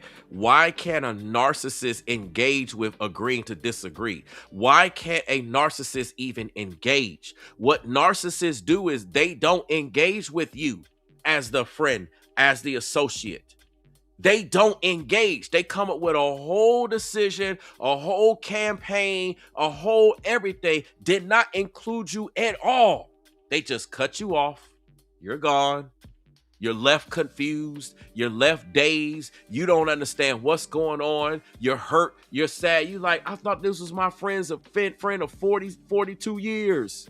We've been friends for 42 years, and you left scratching your head like, how can we do everything we've been doing, all of these things for 42 years, and then they left. And not only did they leave, they got a campaign out against you, a smear campaign, and they didn't give you they didn't give you no chance to even talk to them. Right? Yeah, thank you. And let me say this to all of my mods. When I do subjects like this, a lot of people try to turn it into something. See, that in itself, and I'm going to talk about that in videos. You got a lot of people that be viewing videos that be instigating. They try to turn stuff into stuff that ain't got nothing to do with. Maybe they're a narcissist because they done came with a whole campaign. Hey, I'm going to run and go do this and da-da-da-da-da. Maybe it's something else. but they try to turn stuff into stuff that got nothing to do with stuff. I don't even know what stuff people talking about. People like in the live chat saying stuff, I don't even know what y'all talking about. I don't even know what people talking about. So listen, this subject is a broad subject, and it's something that everybody in the chat can relate to. Whether you agree, whether you disagree, everyone viewing can relate to this. And this is why I'm trying to do this subject. It's a very important subject that needs more exposure. Let's go. 3 points. Number one, because they aren't really embracing your, quote, otherness, unquote. They're not really embracing that. Now, when you think about it, again, mature people, we don't expect everyone to just be a shadow of us. We don't expect them to be a clone. We don't expect them to think identically. In fact, we look at them and we think, wow, that's an interesting point of view. Wow. Yeah, Maryland era, exactly. They say they're not a troll, but then that's exactly what they're doing. They're causing problems, being disruptive to the live stream. See, this is why people don't like to do live streams. You understand? Because when people have talking points, they just like to get the talking points out and just call it a day. This is why a lot of the large platforms, they don't do live streams, because every time you do live streams, people be like, I'm not a troll, I'm not disruptive, but then you are. And then they don't want to take accountability for that. No, it's not this. Go back and look at what took place before. It's so much like debate. Like, why do people have so much anger? Do you understand? They come into the chat having debate and anger, like coming in before you can even give a response. They're coming in wanting to go back and forth, wanting to say, well, why is this? And blaming you, accusing you of stuff. This is exactly what I'm talking about. These are traits of what narcissists do. They accuse you of stuff you didn't even do. They try to twist stuff as if you're doing stuff and you're not doing it. And try to make you feel all bad and like it's crazy. And then the person saying, well, how is asking a question being disruptive? It's not asking a question as being a disruptive. It is, first of all, how you ask a question. Everything is in the how. Okay? Do not do semantics with me. Do not try to do mental gymnastics. None of that stuff works with me. Okay? It's not that fact that someone asks a question. It's how you ask a question. And then when an answer is given, there is all this debate. Listen, y'all, let me make something clear. I can feel energy like no tomorrow. Okay? I can pick up on energy of people even if they are nowhere near me. They could be 1,000 miles away from me and I can pick up on somebody's energy. All right? People can say whatever they want to me. It's best you just be honest because I see through all of that. Do you understand? I don't need to have a conversation with people. I don't need you to be around me. I know energy. So I know when someone is bringing disruptive energy. When you come to a class, okay, if you have a professor and they're teaching a class, do you come to the class and then do you start asking questions to the point where you're being disruptive to the class to where the professor can't continue on with the lesson, number one. Number two, that the other people, the other students in the class can't continue to hear the information that's being shared because you have one particular student or several students trying to be disruptive. And generally what the professor does will either say, you got to get out of my class because you're disturbing the class, or we're going to have to talk about this at a later time. Now it's not the time. And so that's exactly what's taking place. Okay? I never said you see, this is exact. Okay, I'm gonna have to do it again. This is strike two. This is strike two. One more time. I'm trying to give this person grace. Okay? Trying to give this person grace. The person said, you're not doing semantics with me. I did not put everything in all caps. Where does it say semantics is all caps? Am I missing something? Where does it say the definition of semantics means you're typing in all caps? That ain't got nothing to do with semantics. Do you even know what semantics means? And you did not just ask a simple question. You asked a question, I gave a response, and then you came back pointing fingers. Well, then why y'all doing this? And why you do it? You were blaming me. You didn't just come in here and simply ask a question. Someone simply asking a question would do. They would come into the chat. Hey, Brainwavezz, I got a question. Blah, blah, blah, blah, blah, whatever the question is. You give an answer, and that's that. You're being very combative. Are you very combative with a teacher? Is that what you do? Do you go? See, this is what I'm talking about. That's exactly what I'm talking about. But anyway, back to the video, man, because they only here to distract and disrupt, and that's exactly what I'm talking about. Appreciate it, Medusa.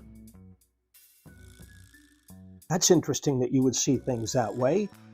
I'm intrigued by that. Let me understand that. Let me get a hold of that.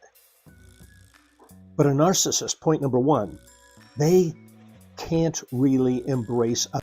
Let me explain this real quick, Lady G. I got to say this even though I'm playing the video. Lady G says Brainwavezz is patient for real. Do you know why I'm patient with people? Because I ain't no damn narcissist. Do you understand? I'm very patient with people. I give people grace.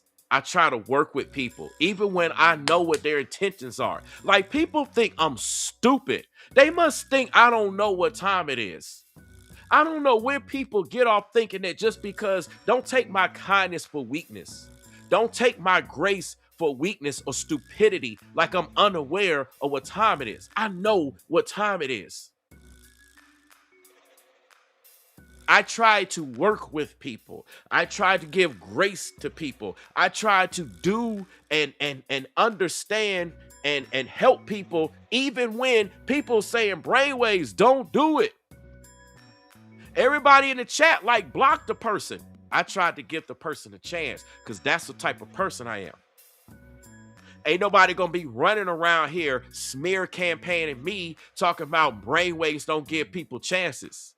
Think about all the stuff that I've been through on social media. For those of you that been with me for a moment, y'all know all the situations I've been through, and I gave multiple people, not one, multiple people, not two, multiple people, multiple chances to get it right. Even when I shouldn't have, even when they was going in on me, and I still had grace. I didn't have to show grace, but I did. Why? Because that's what the Bible says. Do you understand? That's what the Bible says, to show grace. Narcissists don't show no grace. Narcissists come up with a whole narrative and they cut you off. They come up with whole narratives, cut you off, don't even give you a chance to make a response. Don't even give you a chance to ask what's going on. You're completely confused, like we heard earlier. You're confused. You don't even know what's going on. As the friend, as the son. How satanic and evil can people be to just cut people off who they called them friends, acquaintances, and then don't let me go into the family member aspect and the relationship aspect of it, because that make it even worse. And you're cutting these people off without even giving them a chance to have a conversation. That's evil as all get out. I understand maybe people get to chop it up. They get to have a conversation and it just go one way or something. It just don't work out. Okay, boom, conversation set. But to just cut somebody off and leave them hanging and then say that something wrong with them and running with a whole narrative like they the problem when it's actually the person who cut them off is the problem, AKA the narcissists in our lives. Man, that's nasty work. That's as evil as it comes. And I've witnessed this with so many people. Again, this ain't about me. Now, I don't know who might be watching who trying to turn this into something about me. Besides the people that came up in here trolling. I don't know who else watching on the slide or watching the replay and go try to turn this about them. Because let me make something clear. One thing that narcissists like to do that I've been saying the whole time, they like to make it about them. It's all about them. Narcissists make it all about them. Well, Brainwavezz got like the black person who came in here, black whatever, G8W6F whatever, trying to make it seem like it's all like turn it like I'm talking about them or somebody else came in here. We've been on this thing for over 2 hours, and then those people gonna come in. Well, what you talking about? Well, look, why? Listen, this ain't got nothing to do with me. I'm talking about a general story, a general situation.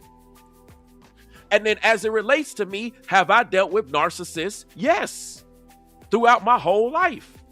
I'm an expert at dealing with narcissists. I know how they move. I know how they think. I know how they act. I've been dealing with narcissists all through. I could talk about it from the relationship end. I could talk about it from the friend end. I could talk about it from the acquaintance end. I could talk about it from the family member end. Come on, it don't matter what end. Let's go. I could talk about it from it all. And I'm a content creator. And what I do is put out information on my channel that edifies and helps people to learn how to navigate life. That's what I do. And this is exactly what I'm saying. It's like narcissistic people don't even want you to do that. They want to have control over your voice. Narcissists want to have full control over you. Listen, let me make something clear. Nobody has full control over me except for the God of Abraham, Isaac, and Jacob. Let's get that straight. Ain't nobody gonna be telling me what I should make on my channel, what I shouldn't make, how often I should make it, how many videos I make. Does that mean that I'm not gonna listen to a large consensus of my viewers? No, I absolutely consider my viewers. But if my viewers agree with me, if my viewers like this type of content, which that's what they've been telling me on social media and off of social media, I'm going to continue to do what I need to do until I move into the next subject. And I'm sorry if narcissistic people on social media and off of social media don't like it. Y'all just gonna have to kick rocks. That's your issues. Those are your issues, your sins, your feelings. You gotta deal with yourself. Because I don't have an issue with what other people talk about. You don't see me going around talking about, well, I got an issue with what these other people talking about, whether they doing it on social media. It is what it is. I don't care. Because I'm not narcissistic. Only a narcissist is going to have issues when I'm trying to expose narcissists. Do you understand? All the narcissists going to get triggered by this content. Do you understand? Covert, overt, malignant. Listen, all the narcissists, they going to get triggered. Whether they're viewers, content creators, on social media, off social media, big platforms, small platforms, little person, big person, rich, poor, I don't care. They're going to get triggered by this content. Why? Because they got no control over me. And what they want to do is have control. So what do? They try to make threats. They try to bad mouth your name so nobody, listen, man, ain't none of that stuff working, man. This is 2026. I'm here on behalf of the God of Abraham, Isaac, and Jacob. He's telling me to put these videos out for whatever reasons. So I'm going to be obedient and do just that. And I'm not going to let nobody tell me otherwise. If you have a problem with my content, then don't watch my content. Why are you watching my content? You shouldn't even be watching my content to get triggered by my content. I can't control what somebody else is doing. I'm not trying to control what somebody else is doing because I'm not a narcissist. But a narcissist want to control everything. They want to watch what you're doing. They want to try to dictate what you say, what you don't say, when you say it, how you say it, who's here. They want to control everything. We're breaking free of narcissists. That's why you see a woman breaking the chains on the cover. We're breaking free of the satanic, demonic stronghold oppression of narcissists. Narcissists are everywhere. They are literally everywhere. And we're breaking free of it. Let's go. Let's get to these facts, man. Otherness. It's too threatening. It's just little kids, and they want you to agree with them. They want you to be a shadow of them. They want to dominate. They want to be superior. All of that junk. So they really can't embrace your otherness. And you know that. You feel that. You experience that. You see what he said? He says, you know that. You feel that. You experience that. You can feel that that's the case. You can feel that they don't want to embrace you being you. They don't want to embrace you being free. They don't want to embrace your achievements, your successes, your decisions. They listen, there's no individuality when it becomes with a narcissist. Let me make something clear. Okay. Let me make something clear. Oftentimes, when someone is dealing with a narcissist, right? The individual dealing with the narcissist has to speak the way the narcissist says they should speak. They have to think the way the narcissist says they should think. They have to act the way the narcissist says that they should act. They have to move as the narcissist says they have to move. They essentially got to be just like the narcissist. And the narcissist is so narcissistic, they can't even realize that they are forcing people that have relationships with them to be just like them. So you got to break free so that you don't succumb to the dark side. Skywalker, your force is weak, Luke. So to keep you from succumbing to the dark side, you got to break free. Because otherwise, you begin to look just like them. You begin to sound just like them. You become a copy of the narcissist. But that's exactly what the narcissist wants. The narcissist wants copies around him or her or him. They want you to sound just like the narcissist. They want you to look just like the narcissist. They want you to become just like the narcissist, because if you're not like the narcissist and you're in their orbit, they're going to have a problem with you. Many people, and especially when I get into the relationships part, they can't speak up. The narcissist don't want you to speak up. They want you to stay quiet. They want you to stay silent. They don't want you to share anything that you have experienced, anything you're going through, but they can share everything that they experience and everything that they're going through. That's not right. That's satanic. That's demonic. How could one person be able to share everything, but then another person can't share everything? That's not right. Nowhere is it anywhere in any book, in any doctrine, anything I've ever seen, ever heard. It's nowhere in the Bible. It's not in the Quran. It's nowhere on the face of the planet other than being on demon time. That is now it's in, the demon time stuff. It's in the demon time doctrine where it says that one person can share their experiences, their whatevers, right? But another person can't share their experiences. Come on now. And like I said, when it comes back to the narcissist actually wants you to literally share the experiences that they dictate or they got control over or they say. So if it's an experience that, say, to anybody outside of their conversations or their dealings, right? Anybody outside of that, they will look at it as the friend, the associate is sharing things that is completely new and unique. But what ends up happening is it's only allowed because the narcissist allows that individual to share something that is new and unique because either it was suggested by the narcissist, it's under their whatever, they get credit for it, whether it's publicly, privately, in their mind, whatever, the narcissist gets credit for it. So because the narcissist gets credit for it, that's why they will allow a person to do certain things. But if the narcissist is not getting credit for it, then they have a problem with it. You see?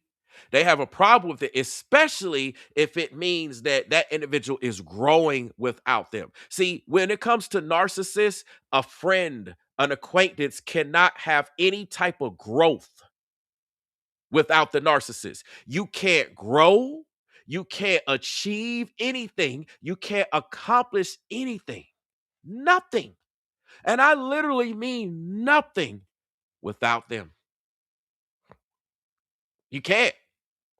They have to have full say and full control over everything. And if they don't have full say and full control over everything, then that particular friend, that particular acquaintance becomes a problem. And again, I'm going to get into the relationships and the family members when it comes to narcissists a little bit later. I'm just getting started right here. Like I said, there's a huge lack when it comes to friends and acquaintances. There's not a huge lack when it comes to family members and relationships in terms of dealing with narcissistic people. All right, let's continue. All right. Point number 2. Why can't a narcissist agree to disagree? Because they will continue. They're just rigidly attached to their point of view. They're rigidly attached to their perspective. They're welded to it, nailed to it. You see that? They're rigidly attached to their point of view. There is no consideration with a narcissist outside of their point of view. Whatever their point of view is, that's it. They're rigid. That's like, that's just what it is. I don't want to see none. I don't want to hear none. I'm not done. The consensus has been made. The gavel drops. Boom. That is the ruling. They don't listen to no evidence. They don't want to hear nothing. They don't say nothing. There's nothing you could do. Nothing. Absolutely nothing. You can feel that, right? You feel that domination. See, he said you can feel that. You can feel that domination. People that are dealing with a narcissist can feel that. They can feel that it's like, it's just their way or no way. It's like they present, how can I explain it to make it make sense? Narcissists present things in a way that to the other individual that's dealing with the narcissist, it just make them, it will make them feel and believe it like they're just cooked, bro. Like there's nothing they can say and do. Like it's already decided. So it don't matter. You could say anything, you could do it, you could present it. It don't matter. They already made their mind up. That's the point that I'm trying to reinforce. It's not like, oh, well, you're having a conversation and y'all are talking about, well, what about this? You're seeking clarity. They're seeking clarity. You're going, and then you come to, some type of conclusion. No, they not doing none of that. None. You don't even get the chance. It's just done. For some people, they may not have hit that point in their relationship with their friend or with their acquaintance yet. Some of y'all already have. We had people that already talked about this in the live chat. They said that's exactly what they're going through. Verbatim, word for word, line for line, point for point. That's exactly what they're going through. Literally going through the same thing. Didn't get a chance to say nothing, didn't get a chance to do nothing, didn't even know what's going on. Just found out they were just cut off. Done. And all of a sudden they became the worst person on the face of the planet. This is crazy, bro. And then if that person there, listen, and then on top of it, I didn't even get into it. Don't let that individual that got cut off and don't even know what's going on actually try to speak about the matter. Oh man, don't let them speak, because what happens is if a narcissist cuts an individual off, that's a friend or an associate, right? And they speak on the matter. And when I say speak on the matter, I don't mean speak on the matter like, how do I want to say this? Because I want to be very specific. I don't mean like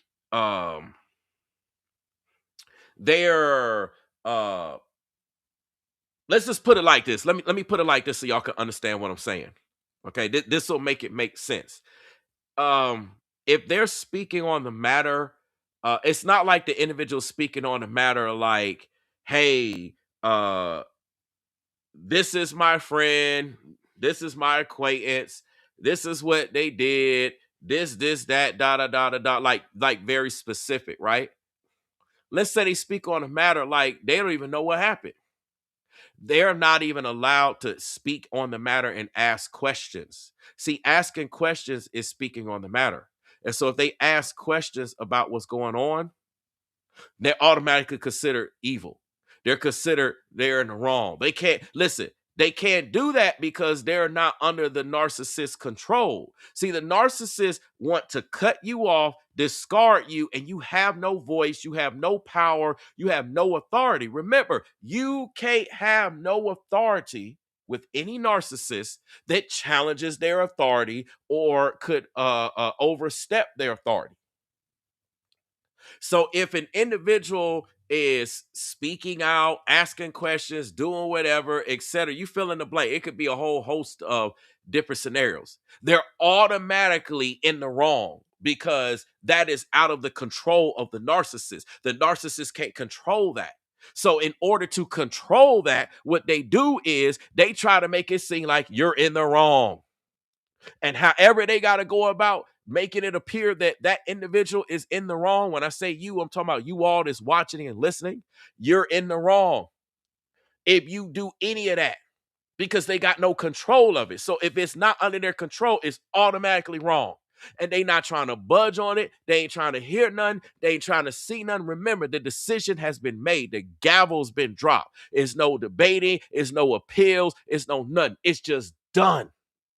And the whole narrative, a whole court case has taken place, and you as the friend, uh you as the associate, you weren't even present in court, but yet it was about you.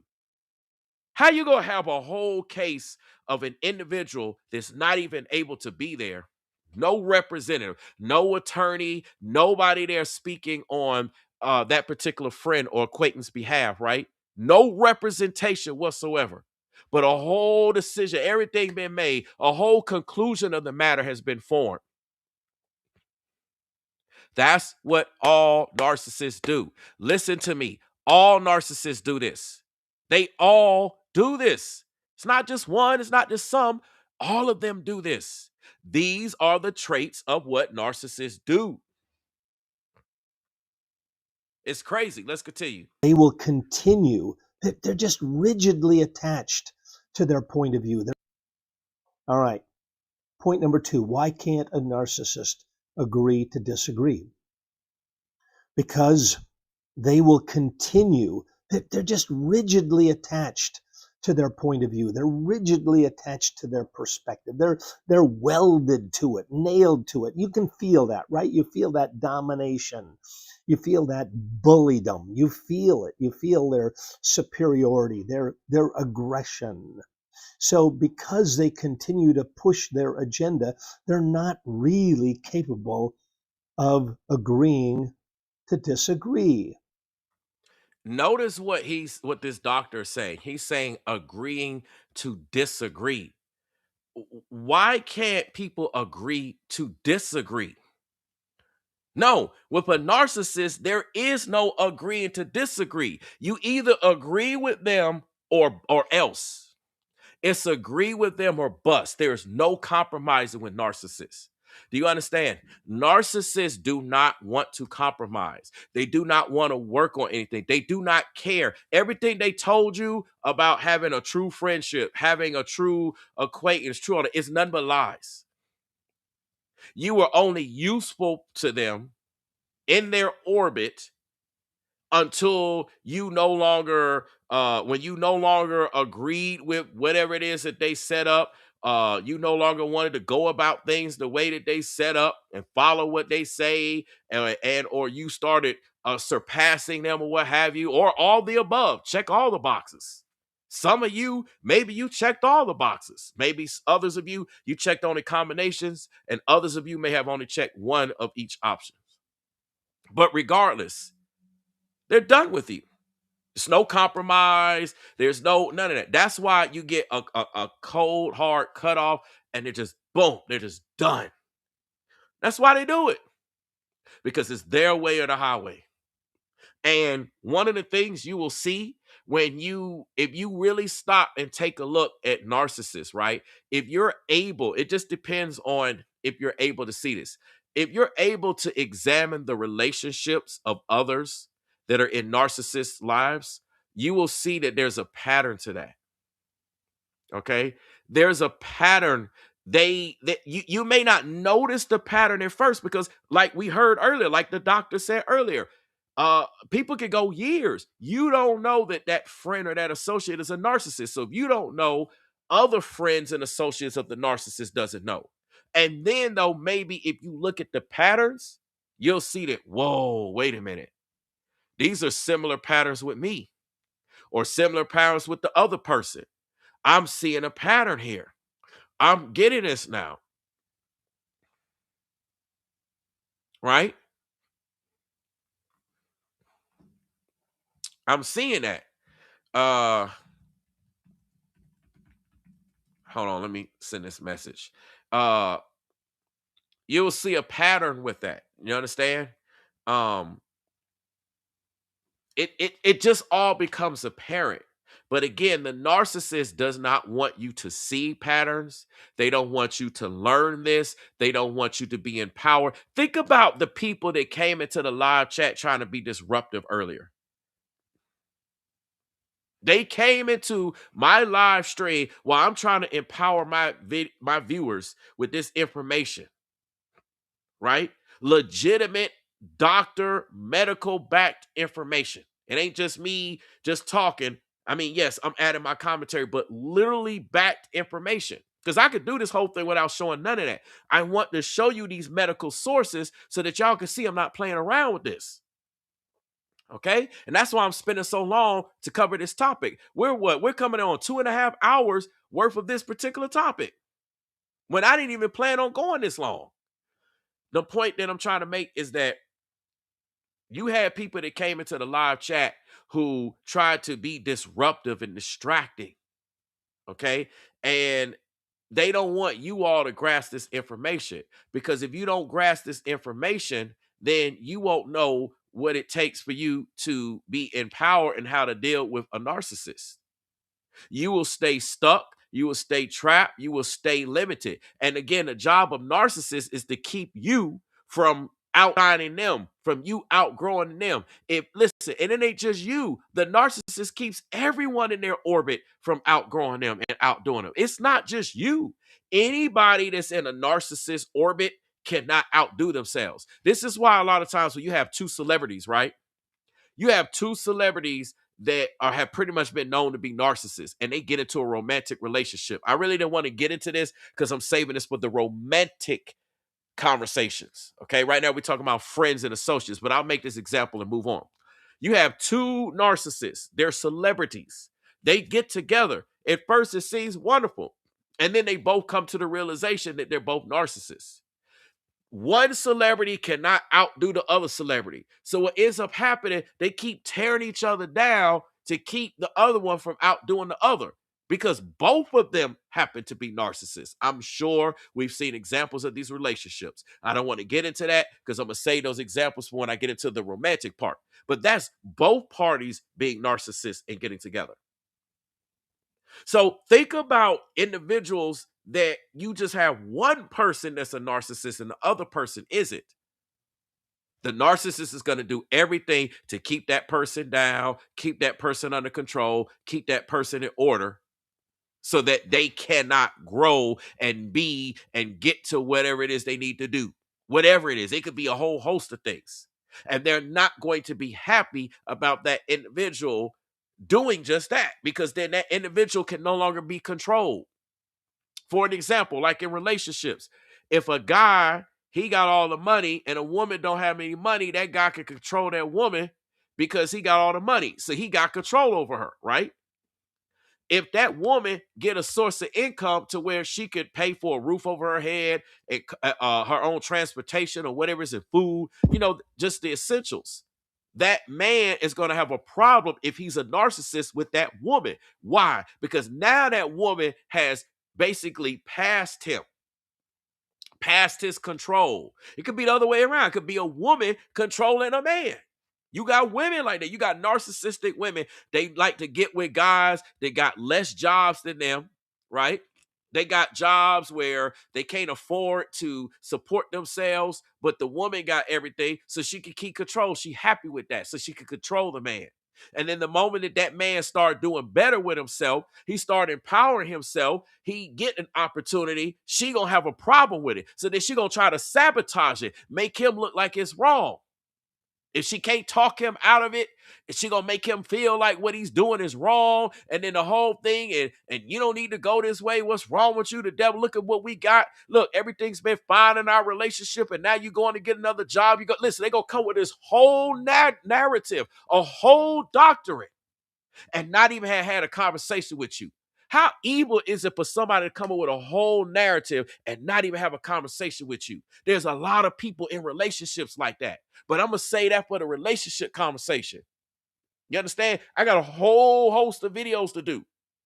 Right now, I'm talking about friends and acquaintances because that's where I started out, because that's where the biggest lack is. Again, it's method to the madness. Why start with friends and acquaintances? Because it's the biggest area of lack of understanding. For a lack of knowledge, the people shall perish. That's what the Bible says, does it not? Lack of knowledge, lack of wisdom. If there's no knowledge and wisdom, the people shall perish. I'm not here to see that people perish. I'm here to see that people get in power and understand what time it is. And they don't want me to do that. Why? Because if you are empowered and you know what time it is, then you as a viewer can also recognize other narcissists. You will then be able to see narcissists all over the place. It will become apparent. Why? Because you've been armed with the wisdom. You've been armed with the knowledge. So they don't want me to do content like this. They don't want me to speak. They want me to stay silent. And I got other content that I got to do, other subjects. I got a whole host of content I got to do, but they don't want me to do it. The narcissist out there got a problem. And you got to stop and think, why would somebody have a problem with me doing a video like this unless they may be a narcissist? You see? Only a narcissist would take issue with this particular type of video. And like I say, if the shoe fits, it ain't my fault that the shoe fits. I'm not you, I'm not your foot, and I'm not the shoe. And I didn't put it on your foot. But if it fits, it is what it is. And that's why a lot of people take offense when you talk about certain things, because it pertains to them. Whether it's secretly, whether it's publicly, whatever, none of that matters. It pertains to them. So they got a problem with it. Let's get back to this other video, man. Let's go. They continue to push and push and push their agenda. And you feel that, right? You feel it. You feel pushed and pushed and pushed and pushed. Do you see what he's saying? He's repeating, you're being pushed and pushed and pushed and pushed, because that's what narcissists do. They push you to their agenda. They keep pushing you, pushing you, pushing you. That's what I was trying to tell the person coming into the chat earlier. They came into the chat, kept being pushy. It's all about energy. Like the doctor said, you can feel their energy. They ain't got to say a word. They ain't got to do nothing. You can feel the energy. And me, I'm the type of individual that can feel energy all day, every day. People be lying to me all day, every day. They lie to my face. They lie. Listen, instead of just keeping it 100 with me and telling me what it is, they lie, thinking I don't know. And I just be like, okay, I know you lying. I ain't going to say nothing, but I know you lying. Let you think you getting away with it. Like letting you think that I'm believing the lies. It's crazy. And that's how they do you. They be doing y'all. Y'all can feel it. Y'all can feel the narcissist in your life. You can feel the narcissist around you. Like I said, the Bible says it in these last days. But understand this, 2 Timothy chapter 3, verses 1 through 5. And I didn't even really dive into the scriptures like I could have. What's up, Lady D Davis? But understand this, that in the last days, it is said that we are in the last days, whether this is the beginning, the middle, the end. I don't know where we are. Nobody knows the hour. That's what the Bible says, not even Christ. Listen, people say that Christ is God, but then even Christ don't know. Ain't that crazy? You got a lot of people who believe that Jesus is God, but then the Bible says that Christ don't even know. So how could Jesus be God, but he don't know the hour and the moment? Come on now, somebody make that make sense. If he is God, then shouldn't he know the hour and the moment? Not even the angels know, not even the Son knows. Christ don't even know when.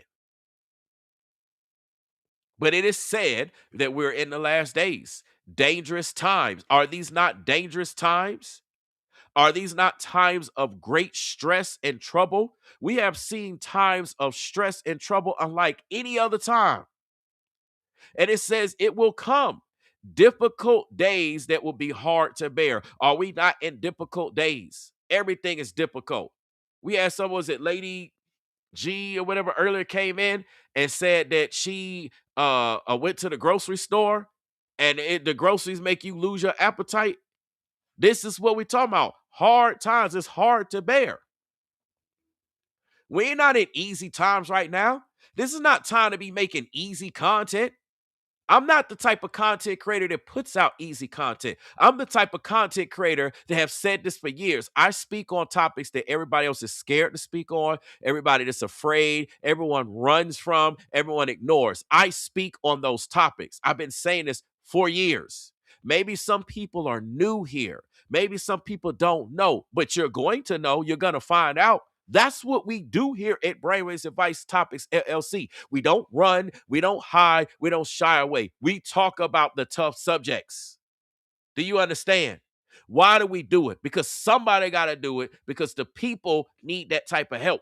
They need that guidance. They need that type of leadership. They're looking for people to do it.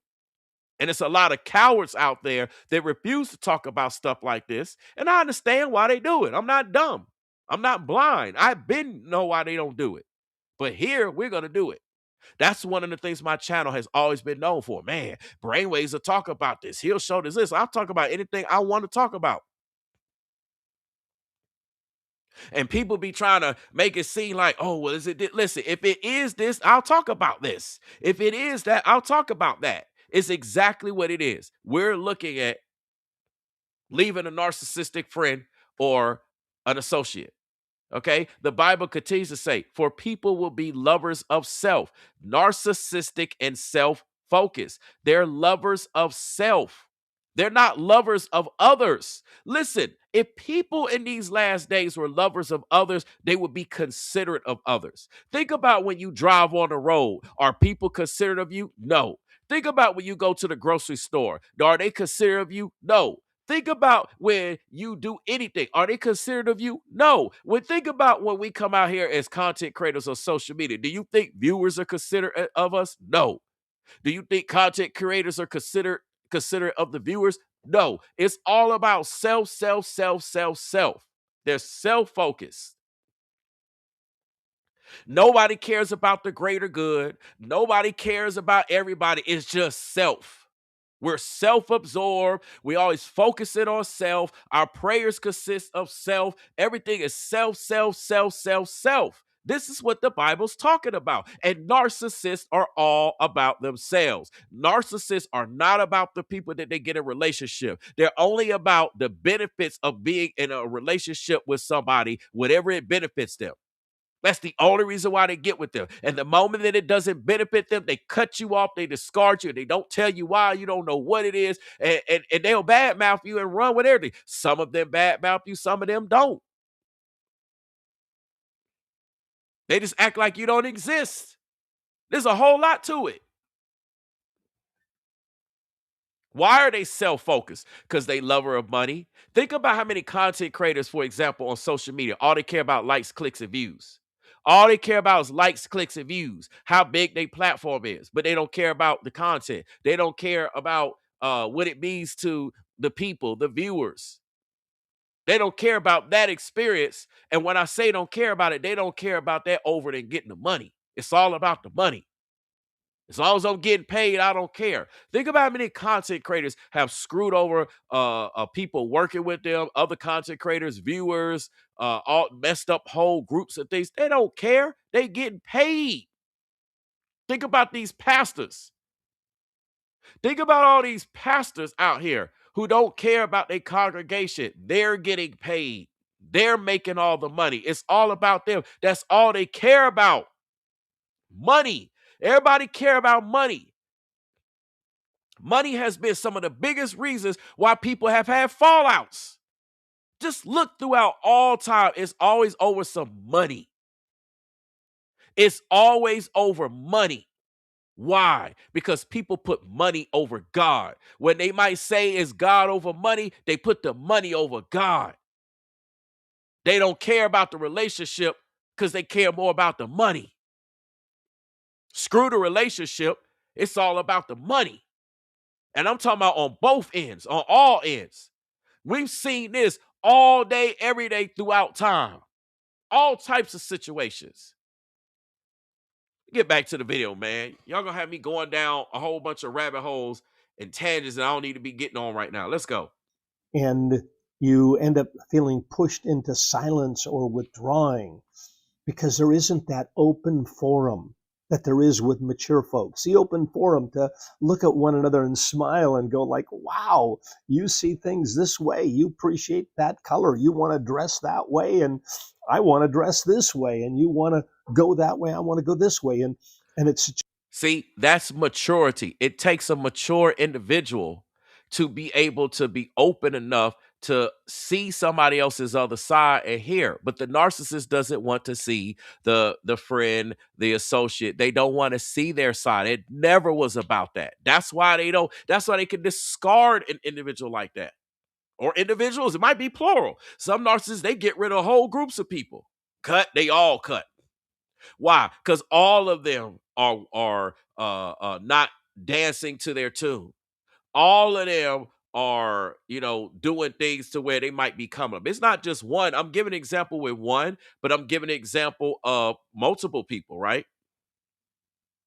I'm giving an example of multiple people, okay? Let me make something clear. I've said this once. I've said this twice. I've said this 1,000 times. This particular live stream is about everybody. Do you understand me?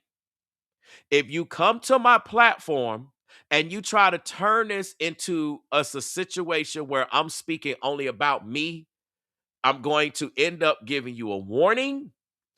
I may give you a second warning, and then 3 strikes, you're out.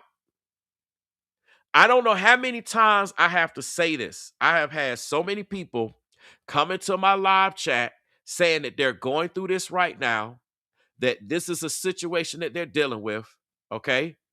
I don't know how many times I got to say this. If you're trying to turn this into something it's not, please don't. Just please don't, okay? Please don't.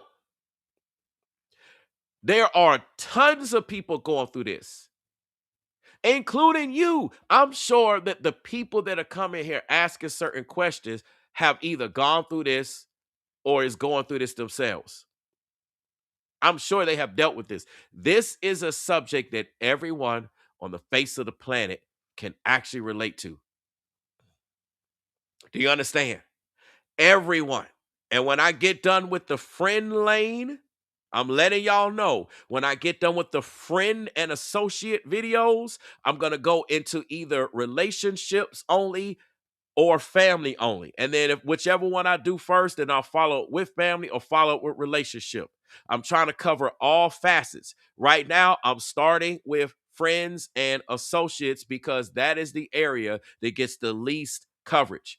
I don't want to have to keep repeating this. To my people that are moderators in the chat, I need you to remind people, okay? I want you to remind people of that. Because you get people that start trying to turn stuff and create stuff, and then that's what ends up happening. People start saying stuff, doing stuff, going places, and then they turn it into something that it's not. It's bad enough we're already talking about how narcissists create a whole narrative.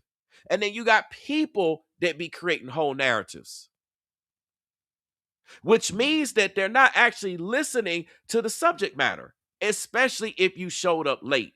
This is almost a 3-hour live stream. So if you're just now coming in here, please don't make assumptions with any of my live streams. And I'm not just talking about this one. If you show up almost 3 hours late to a movie, you missed the majority of the movie. So you got to go back and watch and listen and understand what's going on without making assumptions. Don't just show up late. Hey, what happened? So what the movie? No. That's not how that works. Just a little bit of etiquette. Okay? It's a little bit of etiquette.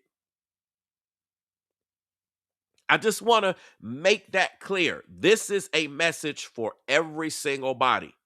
And now, if individuals don't want to listen to what I got to say and they want to take it and they want to run with it and they want to go say, well, I hear what you saying, but this one is, that's your issue.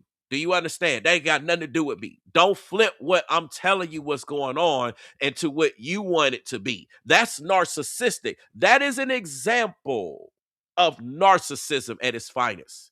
That's exactly what a narcissist would do. Well, Brainwavezz is saying this, but this is what I want it to be. So you're going to try to flip what I'm telling you it is and turn it into something. That's your issue. I don't have nothing to do with that. You understand? I have nothing to do with that. I'm not about that. And that's not what's going on. If that's what you feel and you believe, then there's something in you to make that. The majority of my viewers, I don't know who all is watching, who all's listening, who all's in the cloud. So I can't say everyone. But the majority of my viewers making this clear and agree with me that it's not about one particular person or one set of people. This is about everybody across the board that's dealing with this, including some of them that came into the chat that's dealing with this. That's the consensus. Because if it wasn't, my viewers will actually correct me and tell me, hey, Brainwavezz, I hear what you're saying, but we all think it's about this. This is what we all think. The majority of my viewers are not saying that. So we're not trying to turn a message that can benefit you, benefit me, benefit all of us. This can benefit everybody. Do you understand? Everyone. This can benefit. We're not trying to turn this into that. Now, if anybody want to turn this into something, I'm not responsible for what they do.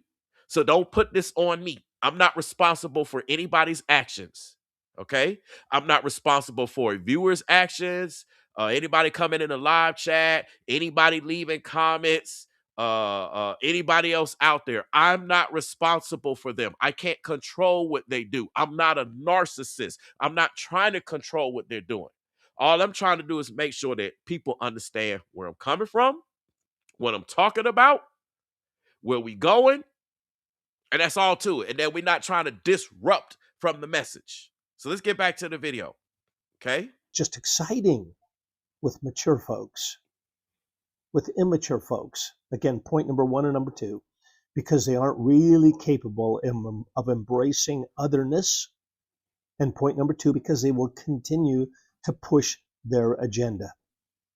Point number 3, why can't a narcissist agree to disagree? They will, because they will continue to use your point of view against you. Did you see what he said? He said that they will continue to use your own point of view against you. They'll use your own point of view against you. It's like when you deal with a narcissist, you can't have a point of view. Your point of view has to be exactly the same as the narcissist. You're not allowed to have a point of view that differs. Okay, I thought the whole point in life, we're going to have difference of opinion. We're going to see things differently. For example, one person will like red, one person will like blue. Just because a person like red don't mean they wrong. Just because a person like blue don't mean they wrong. But when it comes to a narcissist, if they like red and you like blue, then you're in the wrong. You see what I'm going here? Narcissists don't like anything to be different from them. They want everybody, the only way you can be different from them as a narcissist is if you are literally following everything that they say and everything that they want. Then they're okay because they got full control over an individual. As long as they got full control over an individual, that individual could do whatever they want. Why? Because that individual will never do anything outside of the narcissist's control. Do you understand? It's all about control, having to control everything, having to control. It's crazy, man. Let's go. Right, you get that picking at you, that poking at you. You think that, you think this. Oh, you really, and they're snide, and they're snarly, and they're passive aggressive. You see what happens? They're picking and poking at you. The narcissist is picking and poking at you. You think this, you think that. That's what they do. They criticize an individual for having thoughts, for having opinions, for having whatever, anything different. They're getting criticized. Do you understand? Oh, that's what you think? Oh, that's what it is? It's crazy. It's literally insane. Yeah, sunrise says that's why you must go no contact. If you have to interact, you have to go gray rock. Yeah, you can't interact with somebody that goes that way. You just can't. You absolutely can't. You just cannot interact with people if you can help it. Now, we're speaking about friends. We're speaking about associates. It's a little easier to carry out not interacting with the individual like that. But uh when you start getting into like the family members and the lovers, like romantic, that's when stuff get complicated, because now you got a lot of stuff you intertwine. It's not just that easy to go no contact. You see what I'm saying? It's not that easy. I'm gonna get into the whole narcissist thing as it relates to family members and as it relates to romantic wise a little bit later. But right now, I got to get all of the friends and associate, because that's the biggest area that the Most High is pressing upon me to talk about. This is the biggest area where a lot of people are failing with their involvement with people. Again, a lot of people right now are involved with people. They think they cool, and they like, whoa, I just realized that's why I did the other video that I did the other day. I'm doing a whole series on this. The other video I said, a shocking realization. I realized a friend is a narcissist.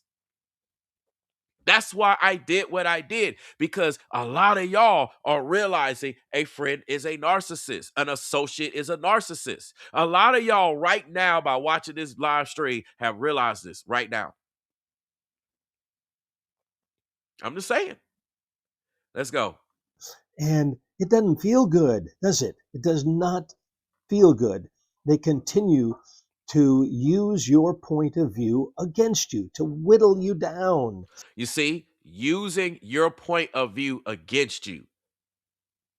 The friend says this, the associate says this, and the narcissist will use that same point of view against you. It's like you can't win. You don't speak out, you can't win. If you speak out, you can't win. You can't win. To get you to look at them and say, all right, you're right. And that's all they want from you. They want you to admit that they're right. You're wrong. Listen, if you're in a relationship with a narcissist, as a friend, as an associate, you're going to always be wrong. It's always you, and they're always right. They're always right about anything. It don't matter what your opinion is. It could be the smallest of things. It could be the biggest of things. It could be the smallest of things. You're automatically wrong. Automatic. Unless you be like, yeah, you're right. I agree with you. I'm telling you, man. Let me get in lockstep behind you. That's not a relationship. That's not a relationship. A relationship, again, I like to always compare and contrast what is health compared to unhealth. Health is embracing otherness. Health is not pushing one's agenda. And health is never using a point of view against another person. Never, never, never. It's celebrating the otherness of another, celebrating it, and celebrating your own otherness. It's okay. When I think about my wife and I, she likes bright, bold colors, and I kind of like muted colors, and she's just a social animal, and I'm semi-social. And anyway, there's all kinds of aspects of our relationship where there's otherness to be celebrated. All right. So again, in summary, why can't a narcissist agree to disagree? Number one, because they can't embrace otherness. Too insecure, too frightened, too immature. And number two, because they will continue to push their agenda. And number three, they will use your point of view against you. All right. I would love to hear what you think about these ideas. So that's pretty much it with this particular video. As I'm guided to do more on the friend and associated subject, I will do just that. But that's the points. They just can't agree to disagree. They're going to use your talking points against you. As you heard them say, they're going to use what you say against you. Oh, that person said this. So they're going to flip. Like, what do I mean by using what you say against you? Even if what you say is the right thing, they will find a way of using exactly what you said to flip it to make it look like the wrong thing. And then hold that against you. Well, this is what you said. Is that not what you said? And that's what happens. Listen, if you're even able to have a conversation with a narcissist, that's what they will do. That's exactly what they'll do. They will like, well, didn't you say this? They try to find things to flip. That's what happened earlier in the live chat. You had somebody that came in here, tried to flip the things that I was saying.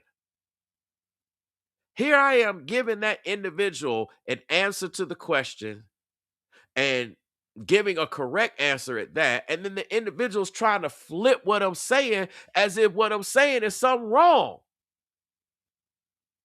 That's the type of stuff you got to deal with when you're dealing with a narcissist. They're going to flip everything. There's no winning with them. There's no winning. Their mind's made up. There's no negotiating. It's a waste of time.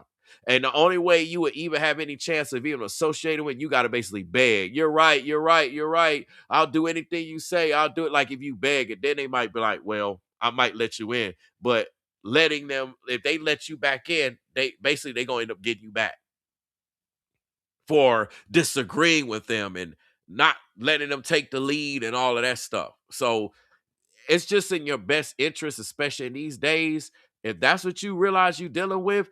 And again, we're not talking about a husband, a wife, family members, mother, father, children, etc. That's going to get more complicated when we had this conversation. But as it relates to friends and associates, especially if you're a believer, you prayed about it or whatever, you slept on it, you like, hey, hit the door and be out, deuces. Like you got to leave. Because again, there's nothing you can say and do to change it. The matter has been decided without your input. It's already been decided without your input. And this is exactly what will happen when you make a decision to leave a narcissist free. So with that being said, I hope y'all learned something. I hope y'all enjoyed. I do have one other subject I got to go live about. I'm going to go live probably in a few minutes. I might try to record another video. I got this other video I got to record. Once I get done recording that, then I will try to go live about it. So might be like 30 minutes or so, but I'm going to try to get that done and set up and get that recorded. And then once I get that done, within an hour, I'll go live about this other subject. Okay. Y'all will just see what it is. When I put it out there, y'all know what it is. Appreciate everyone. Again, we talk about the tough conversations. Was this conversation easy? No, it's not. This is a challenging conversation. Okay. Challenging conversation. It's not an easy conversation, but that's what we do here at Advice Topics LLC. We don't shy away from tough, challenging conversations. We have them. We talk about them. We bring up the talking points. That's what we do over here. Everyone else may shy away. They may decide to avoid it. Here, we actually talk about it. We confront it. We deal with it. Why? So that you all can gain information, gain edification, gain wisdom, so that you know how to apply this to your own lives, to family members, to friends, to other people. And that's why I spend so much time breaking this down. I know to each and every one of you, if you're not dealing with a narcissist, then you probably know a family member that's dealing with a narcissist. You might know a friend. I got a joke. It might be a corny joke, might be a bad joke, but it's a joke. Watch out. Your friend just might be a narcissist. You thinking that they need this information, but they might get upset with this information. I know, corny joke, bad joke, but it might even be some truth to it. You might even be like, hey, I'm going to go share this with my friend, chop it up with my friend. And the next thing you know, you be like, oh, man, your friend going in on you. Your friend might be a narcissist. So you understand what it is. You got some points from some actual medical professionals. You have some points from an individual who has been clinically diagnosed as a narcissist. You also got my talking points. And I'm going to add my experiences in my talking points. That's why they're my talking points. For me to not add my own experiences in my talking points is artificial, is fake, and it's just not the right thing to do. So with that being said, yeah, Lady G says very educational. Marissa says, great job explaining situations everyone can relate to in every facet of life. Exactly. Anybody. Yeah, I know Marissa said bad joke. Look, I told y'all it was a bad joke, but it's true. You like, yeah, man, I learned some information today. I'm about to go holler at my friend. You like, uh-oh. You find out your friend's actually a narcissist or your associate or whatever. It's crazy. Bad joke, but again, you get me. But anyway, with that being said, y'all, let me head out of here. I got to get some other content recorded, okay, for another channel. When I get done with that, I'm going to come back on here and talk about something else. And I'm going to tell you, we're not going to be on here for no 3 hours. Let me make that clear. We ain't going to be sitting up here for no 3 hours with that one. But I needed to spend the time to get this one out. And again, there's going to be more narcissist videos as it relates to friends, as it relates to associates. And then when I'm done with that, I'm moving on from that part. And I'm even moving into either family narcissists or romantic partner narcissists. Whichever one I do next, I'll say the other one for last. So with that being said, I'm out. I will catch y'all in a few minutes or within the hour. Hopefully, I should be back live. So I'll see y'all there. I'll be back in a few minutes. I'm out.